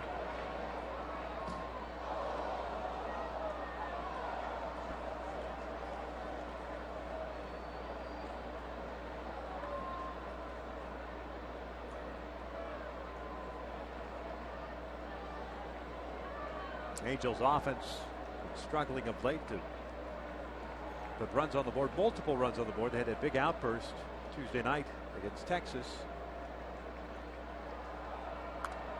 Hank fouls off that high fastball, keeps his at bat alive. Veritek nearly standing up. He makes sure that fastball was up. He will get out of that crouch position and give the target very high. Make sure you hit that spot. And you can see him right there telling him where he wants to throw this pitch.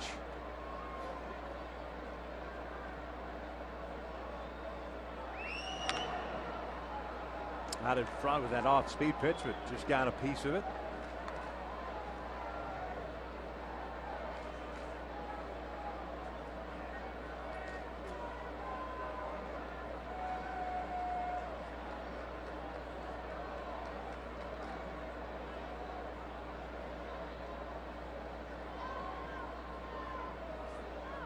Another 0-2 on its way.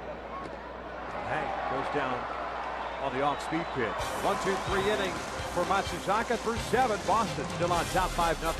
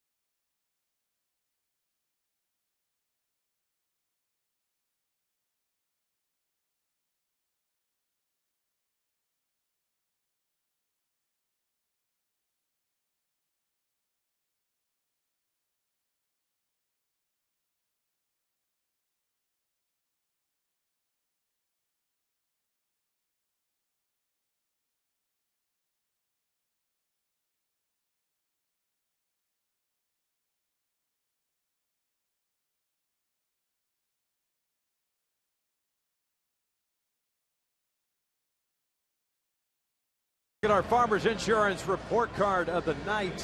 Santana 7 innings, 9 hits, 5 earned.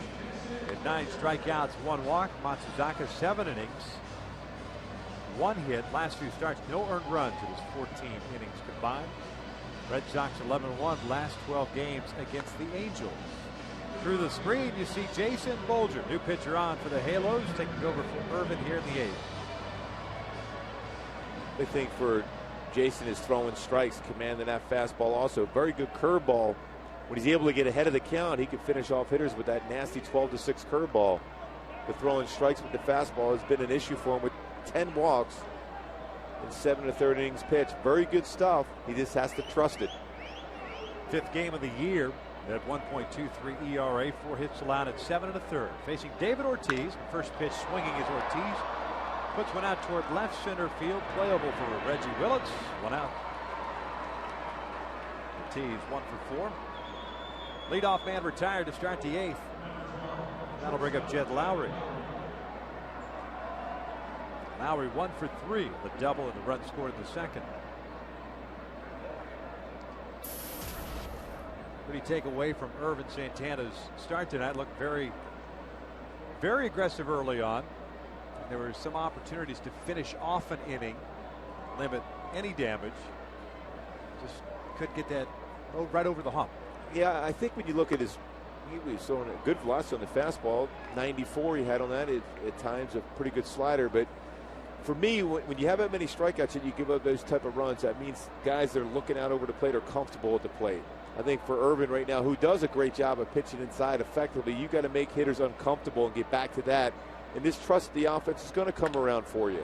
Lowry loops one out toward right center field, a base hit. Bobby cuts it off. Lowry will stop it first with a 1-out base hit.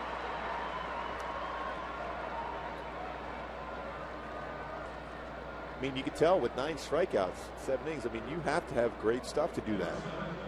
But on the backside, I'd be giving up 5 runs, 10 hits, or 9 hits.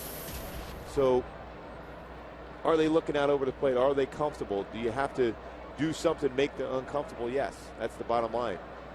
His stuff was very good, I thought, as far as overall stuff. But command and finishing off hitters at times, maybe not. But to have that kind of finish off type stuff, right, they got to look and feel. I don't know which side of the plate he's going to pitch that particular point in each at bat. J.D. Drew's 0 for 3 tonight. Couple of strikeouts against Irvin. He popped out his last time up.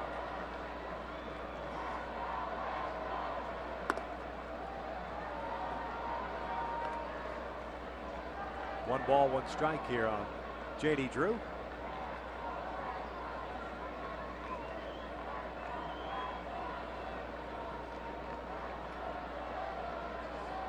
Ibar shading Drew toward the middle. Big hole on the left side of the infield. Drew pops this one up to shallow right. Sturris going out. Abreu comes chugging in. Can't make the play.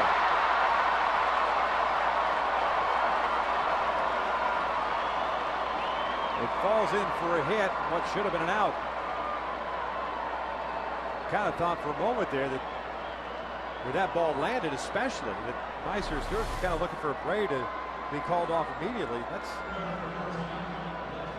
a long run for Abreu, who was playing deep and right. And again, that's one of those plays too. As an infield, you have to go back as quick as you can until you're called off. And Bobby, you mentioned had to go a long, long way.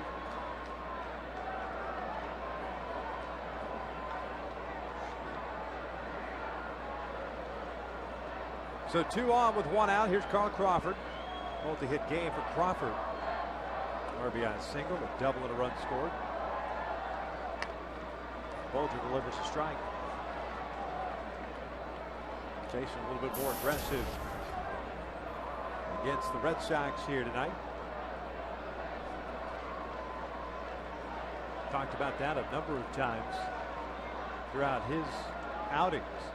How good a fastball he has, some life on it. Crawford lines one out towards center field, chasing Vernon back. He'll make the grab. 2 outs.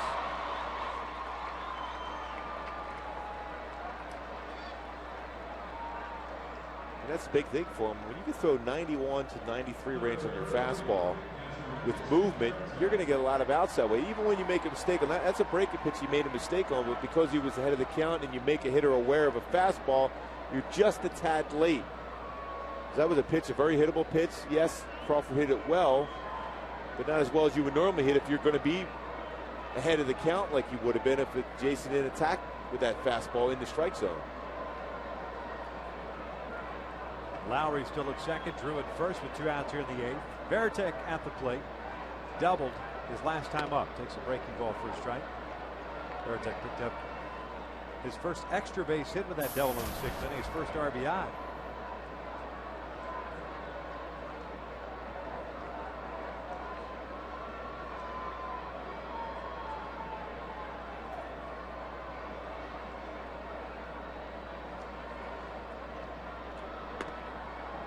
Inside corner for a strike and a 0-2. Look at changeup. He has a good one also. But you can't use it if you're behind in the count, so it's very good and encouraging what you're seeing. 10 pitches thrown for Bolger, 9 in the strike zone.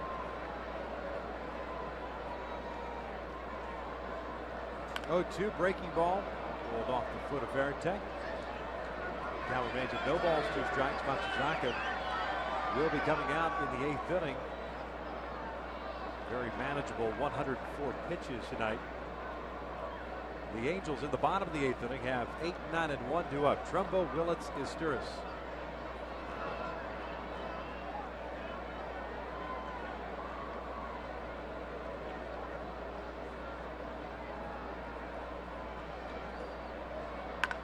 Rolled foul. Out in front of that breaking pitch. Count remains at no balls, 2 strikes.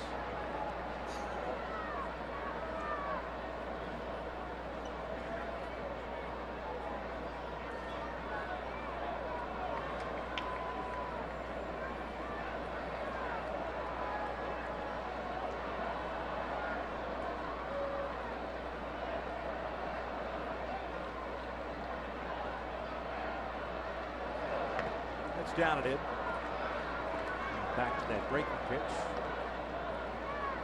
1 ball, 2 strikes. Congress setting that target down in the dirt.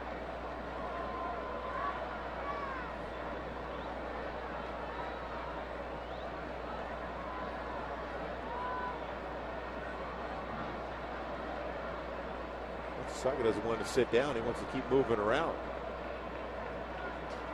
Here's the 1-2. This one sliced over to third. Callaspo's got it before it hit the ground. That will end the 8th inning. No runs, 2 hits, 2 left on. To the bottom of the 8th we go. 5-0 Boston.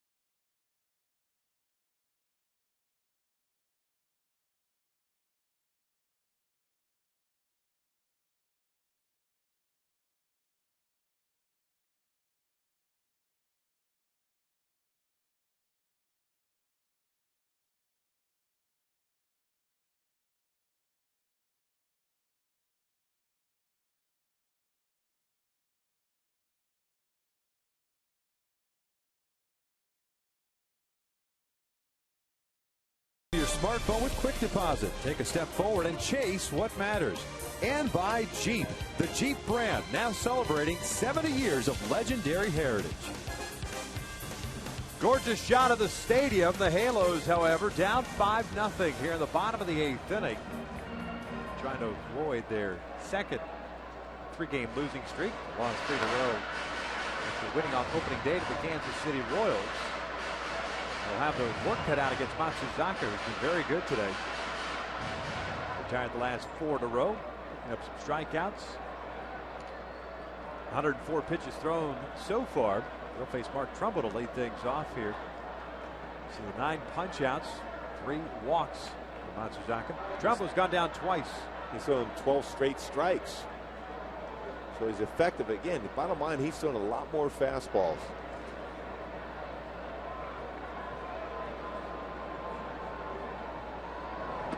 Trumbo takes a breaking ball outside. We continue to throw first pitch breaking ball to Mark Trumbo.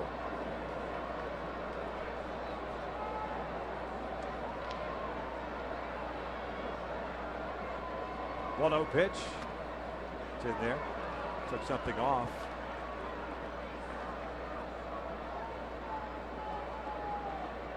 And it's 1 ball, 1 strike.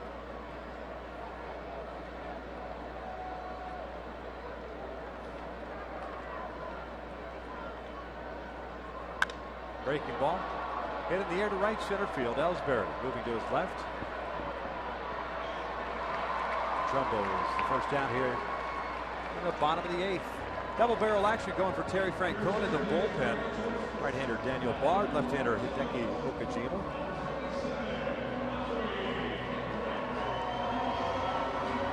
Howie Kendrick pitch hitting here with 1 out, nobody on. Reggie Willits went 0 for 2 in the 9th spot.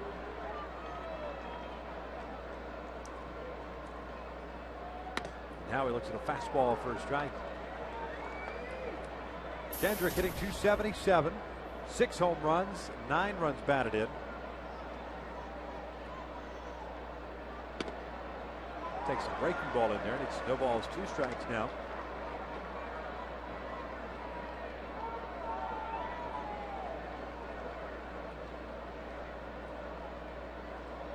Here comes the 0-2. Jammed him. That fastball up and in. Count remains at no balls, 2 strikes.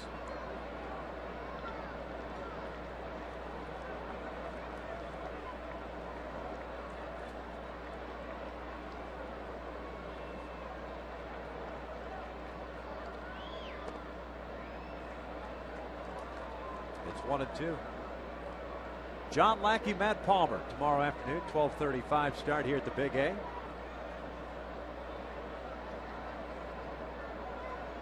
And Oakland in town for 3 beginning on Monday. 1-2. Sharply hit to second. Pedroia has it. 2 outs. And on April 26th, the Angels will host the A's here at 7:05. All fans in attendance will receive a wall calendar courtesy of Pechanga Resort Casino. Calendar highlights 50 years of Angels baseball, includes players such as Rod Carew, Don Baylor, Tim Salmon, and many more. Purchase your tickets by visiting the Angel Stadium ticket office or by logging on to angels.com. Meister Asturis takes down and in for ball 1.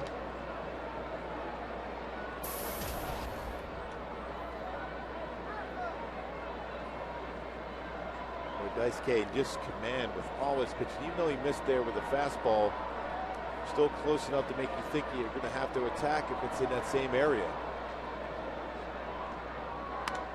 Stirs fouls it back. It's 1 ball, 1 strike. Meister 0 for 3. A couple of fly ball outs to the outfield. A strikeout victim in a third.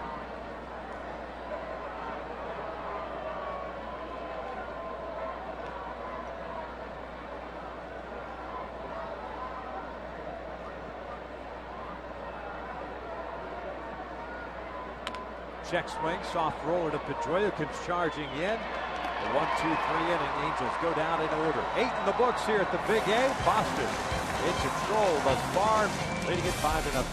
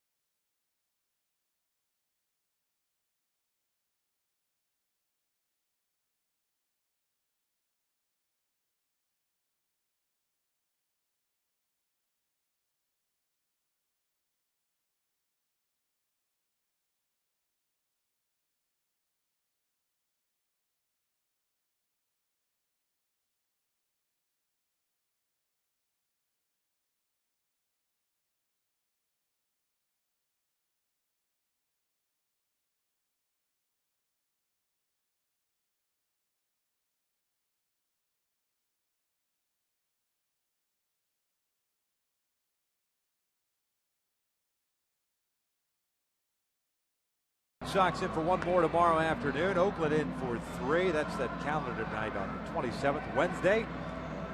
Then back out on the road, 3 against the Rays, 4 against the Red Sox up at Fenway Park beginning on May the 2nd before returning home on the 6th against the Cleveland Indians.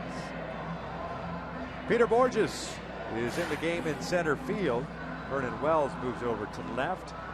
And Howie Kendrick, who pinch hit in the bottom of the 8th inning, stays in the game. He'll play first base. Would not be surprised to see Howie at first base tomorrow afternoon. Mark Trumbull perhaps getting afternoon off. Just a day just to sit back and observe. Because the fact is, John Lackey's a guy that will throw his curveball a lot. Again, he's got to lay off that curveball, that first pitch. Get back to your thought process. He's had some great at-bats throughout this early part of the season, Mark Trumbo has. The bottom line, he's got to think, look fastball, and do some damage to that pitch. Don't swing at a pitcher's pitch out of the zone. Ellsbury looked like he went around. He did. Hank Conger with the check of Larry Vanover. Snowballs, 2 strikes. Bolger working his second inning now, facing Ellsbury, Pedroia, and Gonzalez here in the 9th.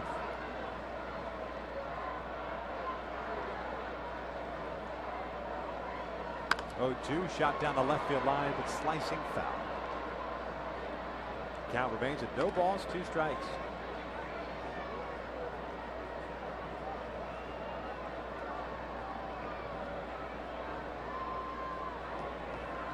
Ellsbury tonight 2 for 4, couple of singles. 2 runs scored, 2 stolen bases.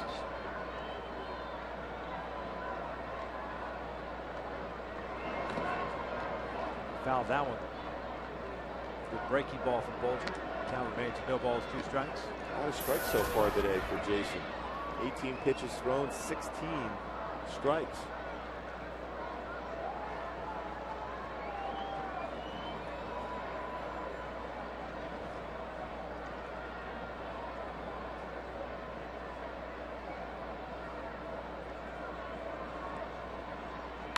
This one fouled off the left. Boston with 5 runs on 11 hits, having left 7 on base. The Angels no runs, 1 hit, 4 left on base.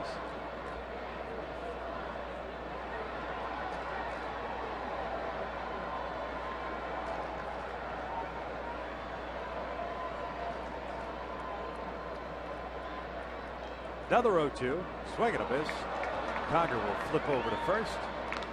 The out is recorded. There's out number 1.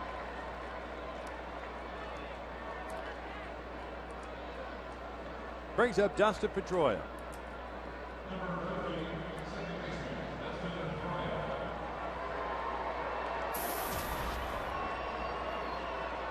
Just looking through Matsuzaka's numbers in his career, 1 complete game. I'm not so sure he's going to get the opportunity. It was back in 2007, his rookie season. Pedroia takes a strike.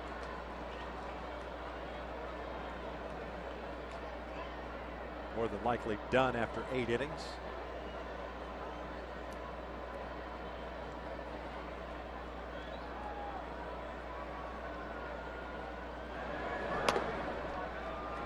Evens the count at 1 ball, 1 strike. Pedroia with a walk in the first inning, but 0 for 3 since.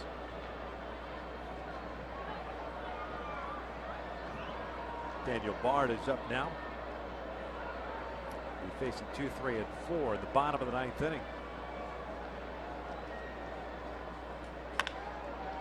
This one over to third. Callaspo's got it. Pedroia is out number 2. That'll bring up Adrian Gonzalez.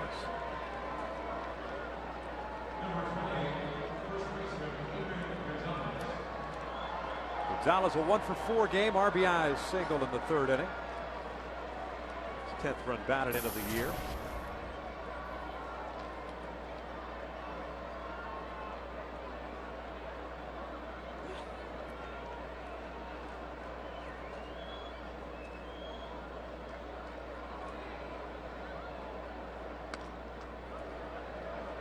With that off-speed pitch, first pitch to Gonzalez.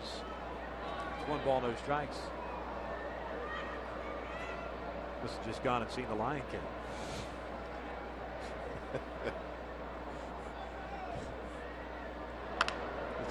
Tapper off the end of the bat. Ibar has it. Bolger, nice solid 2 innings in relief. We head to the bottom of the 9th inning. The Angels, heart of the order coming up, down 5-0.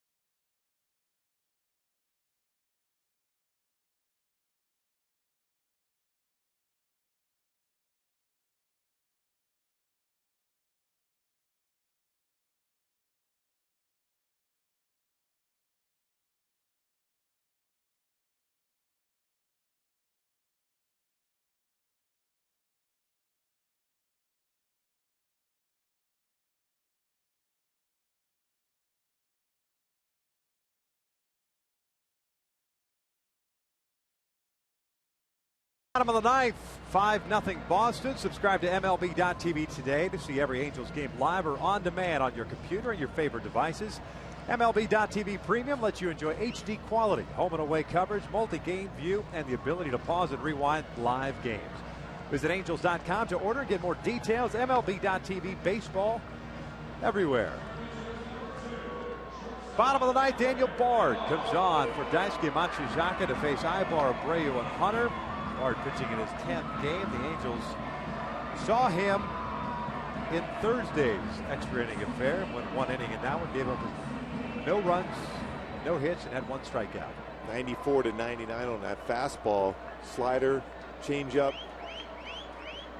Talking about a free and easy motion in the baseball. This explodes out of his hand at 99. A lot of times you see a guy who throws that hard at full max. He's just fluid with his delivery. Eric Ibar to lead things off here, 0 for 3 in the game. Takes a fastball in there for a strike at 98. Matsuzaka, by the way, went 8 innings, struck out 9, walked 3, gave up just 1 hit.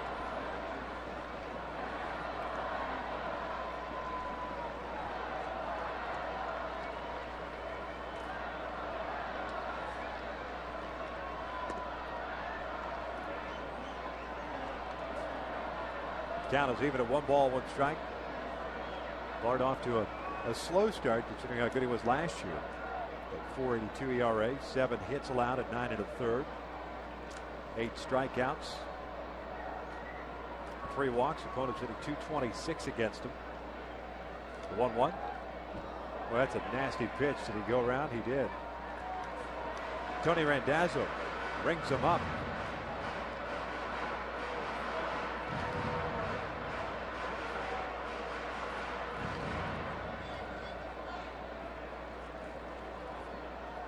Eric in the hole here, 1 ball, 2 strikes. Well, that was almost like a cut fastball. Yeah.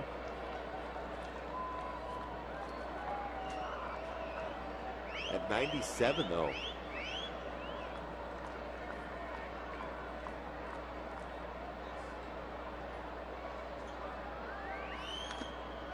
Foul at the plate.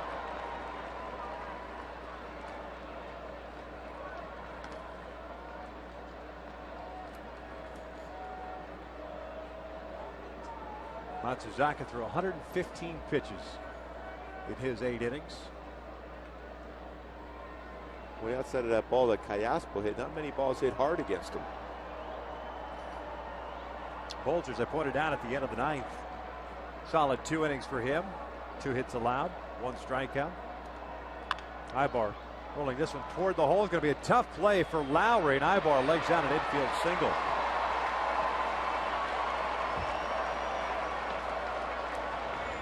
Both Lowry and Scudero not the strongest of throwing arms at the shortstop position for Boston. With Ivar's speed, it's going to be a tough play to begin with. Once that ball got in the hole, he's playing more so up the middle. Let's go back on that baseball. No chance with Ivar. Easily beaten and not that strong of a throwing arm to be able to make that play. So Ivar's on board for Bobby Abreu.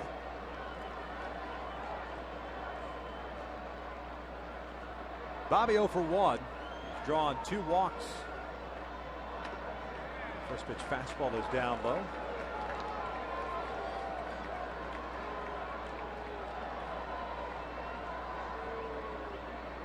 First base runner for the Angels since the 6th inning walk to Abreu.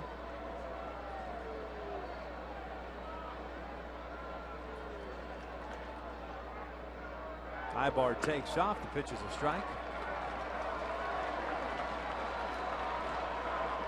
Defensive indifference for Ivar.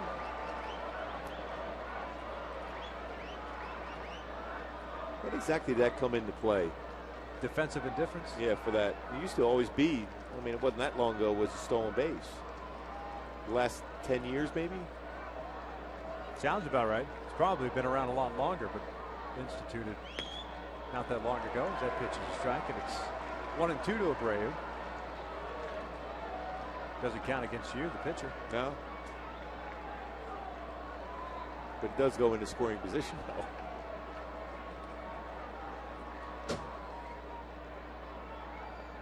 Torrey Hunter on deck. 1-2 count here on Bobby. Ivar over at second base.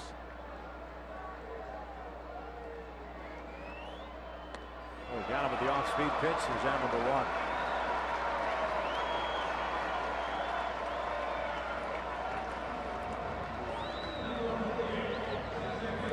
So 1 out for Torrey Hunter. Well, that's why when you look at the pitches that Bard has and his ability to pound the strike zone with that variety of pitches, especially when you can rush it up there 98, 99. That's why you think in lines he will be their closer before too long. Papelbon into last year of his deal. Torrey takes a breaking ball in there for a strike. 85-mile-an-hour slider.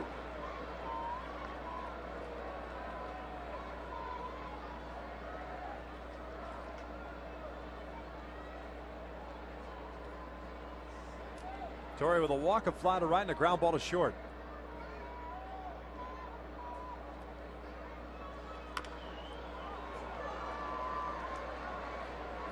It's 0-2. Then you look at the difference there, and that one at 99, throwing an 85-mile-an-hour slider. So he has separation between the fastball and his breaking pitch, and we saw a changeup too. And again, that was around 90. Be fun to have a changeup around 90.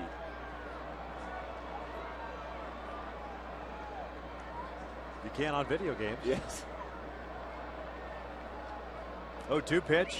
Torrey goes down swinging, 2 outs. Halos down to the last out here in the 9th. We got Bobby Abreu on the off-speed pitch and then riding that fastball up in the zone to get Torrey. Vernon Wells will step in now.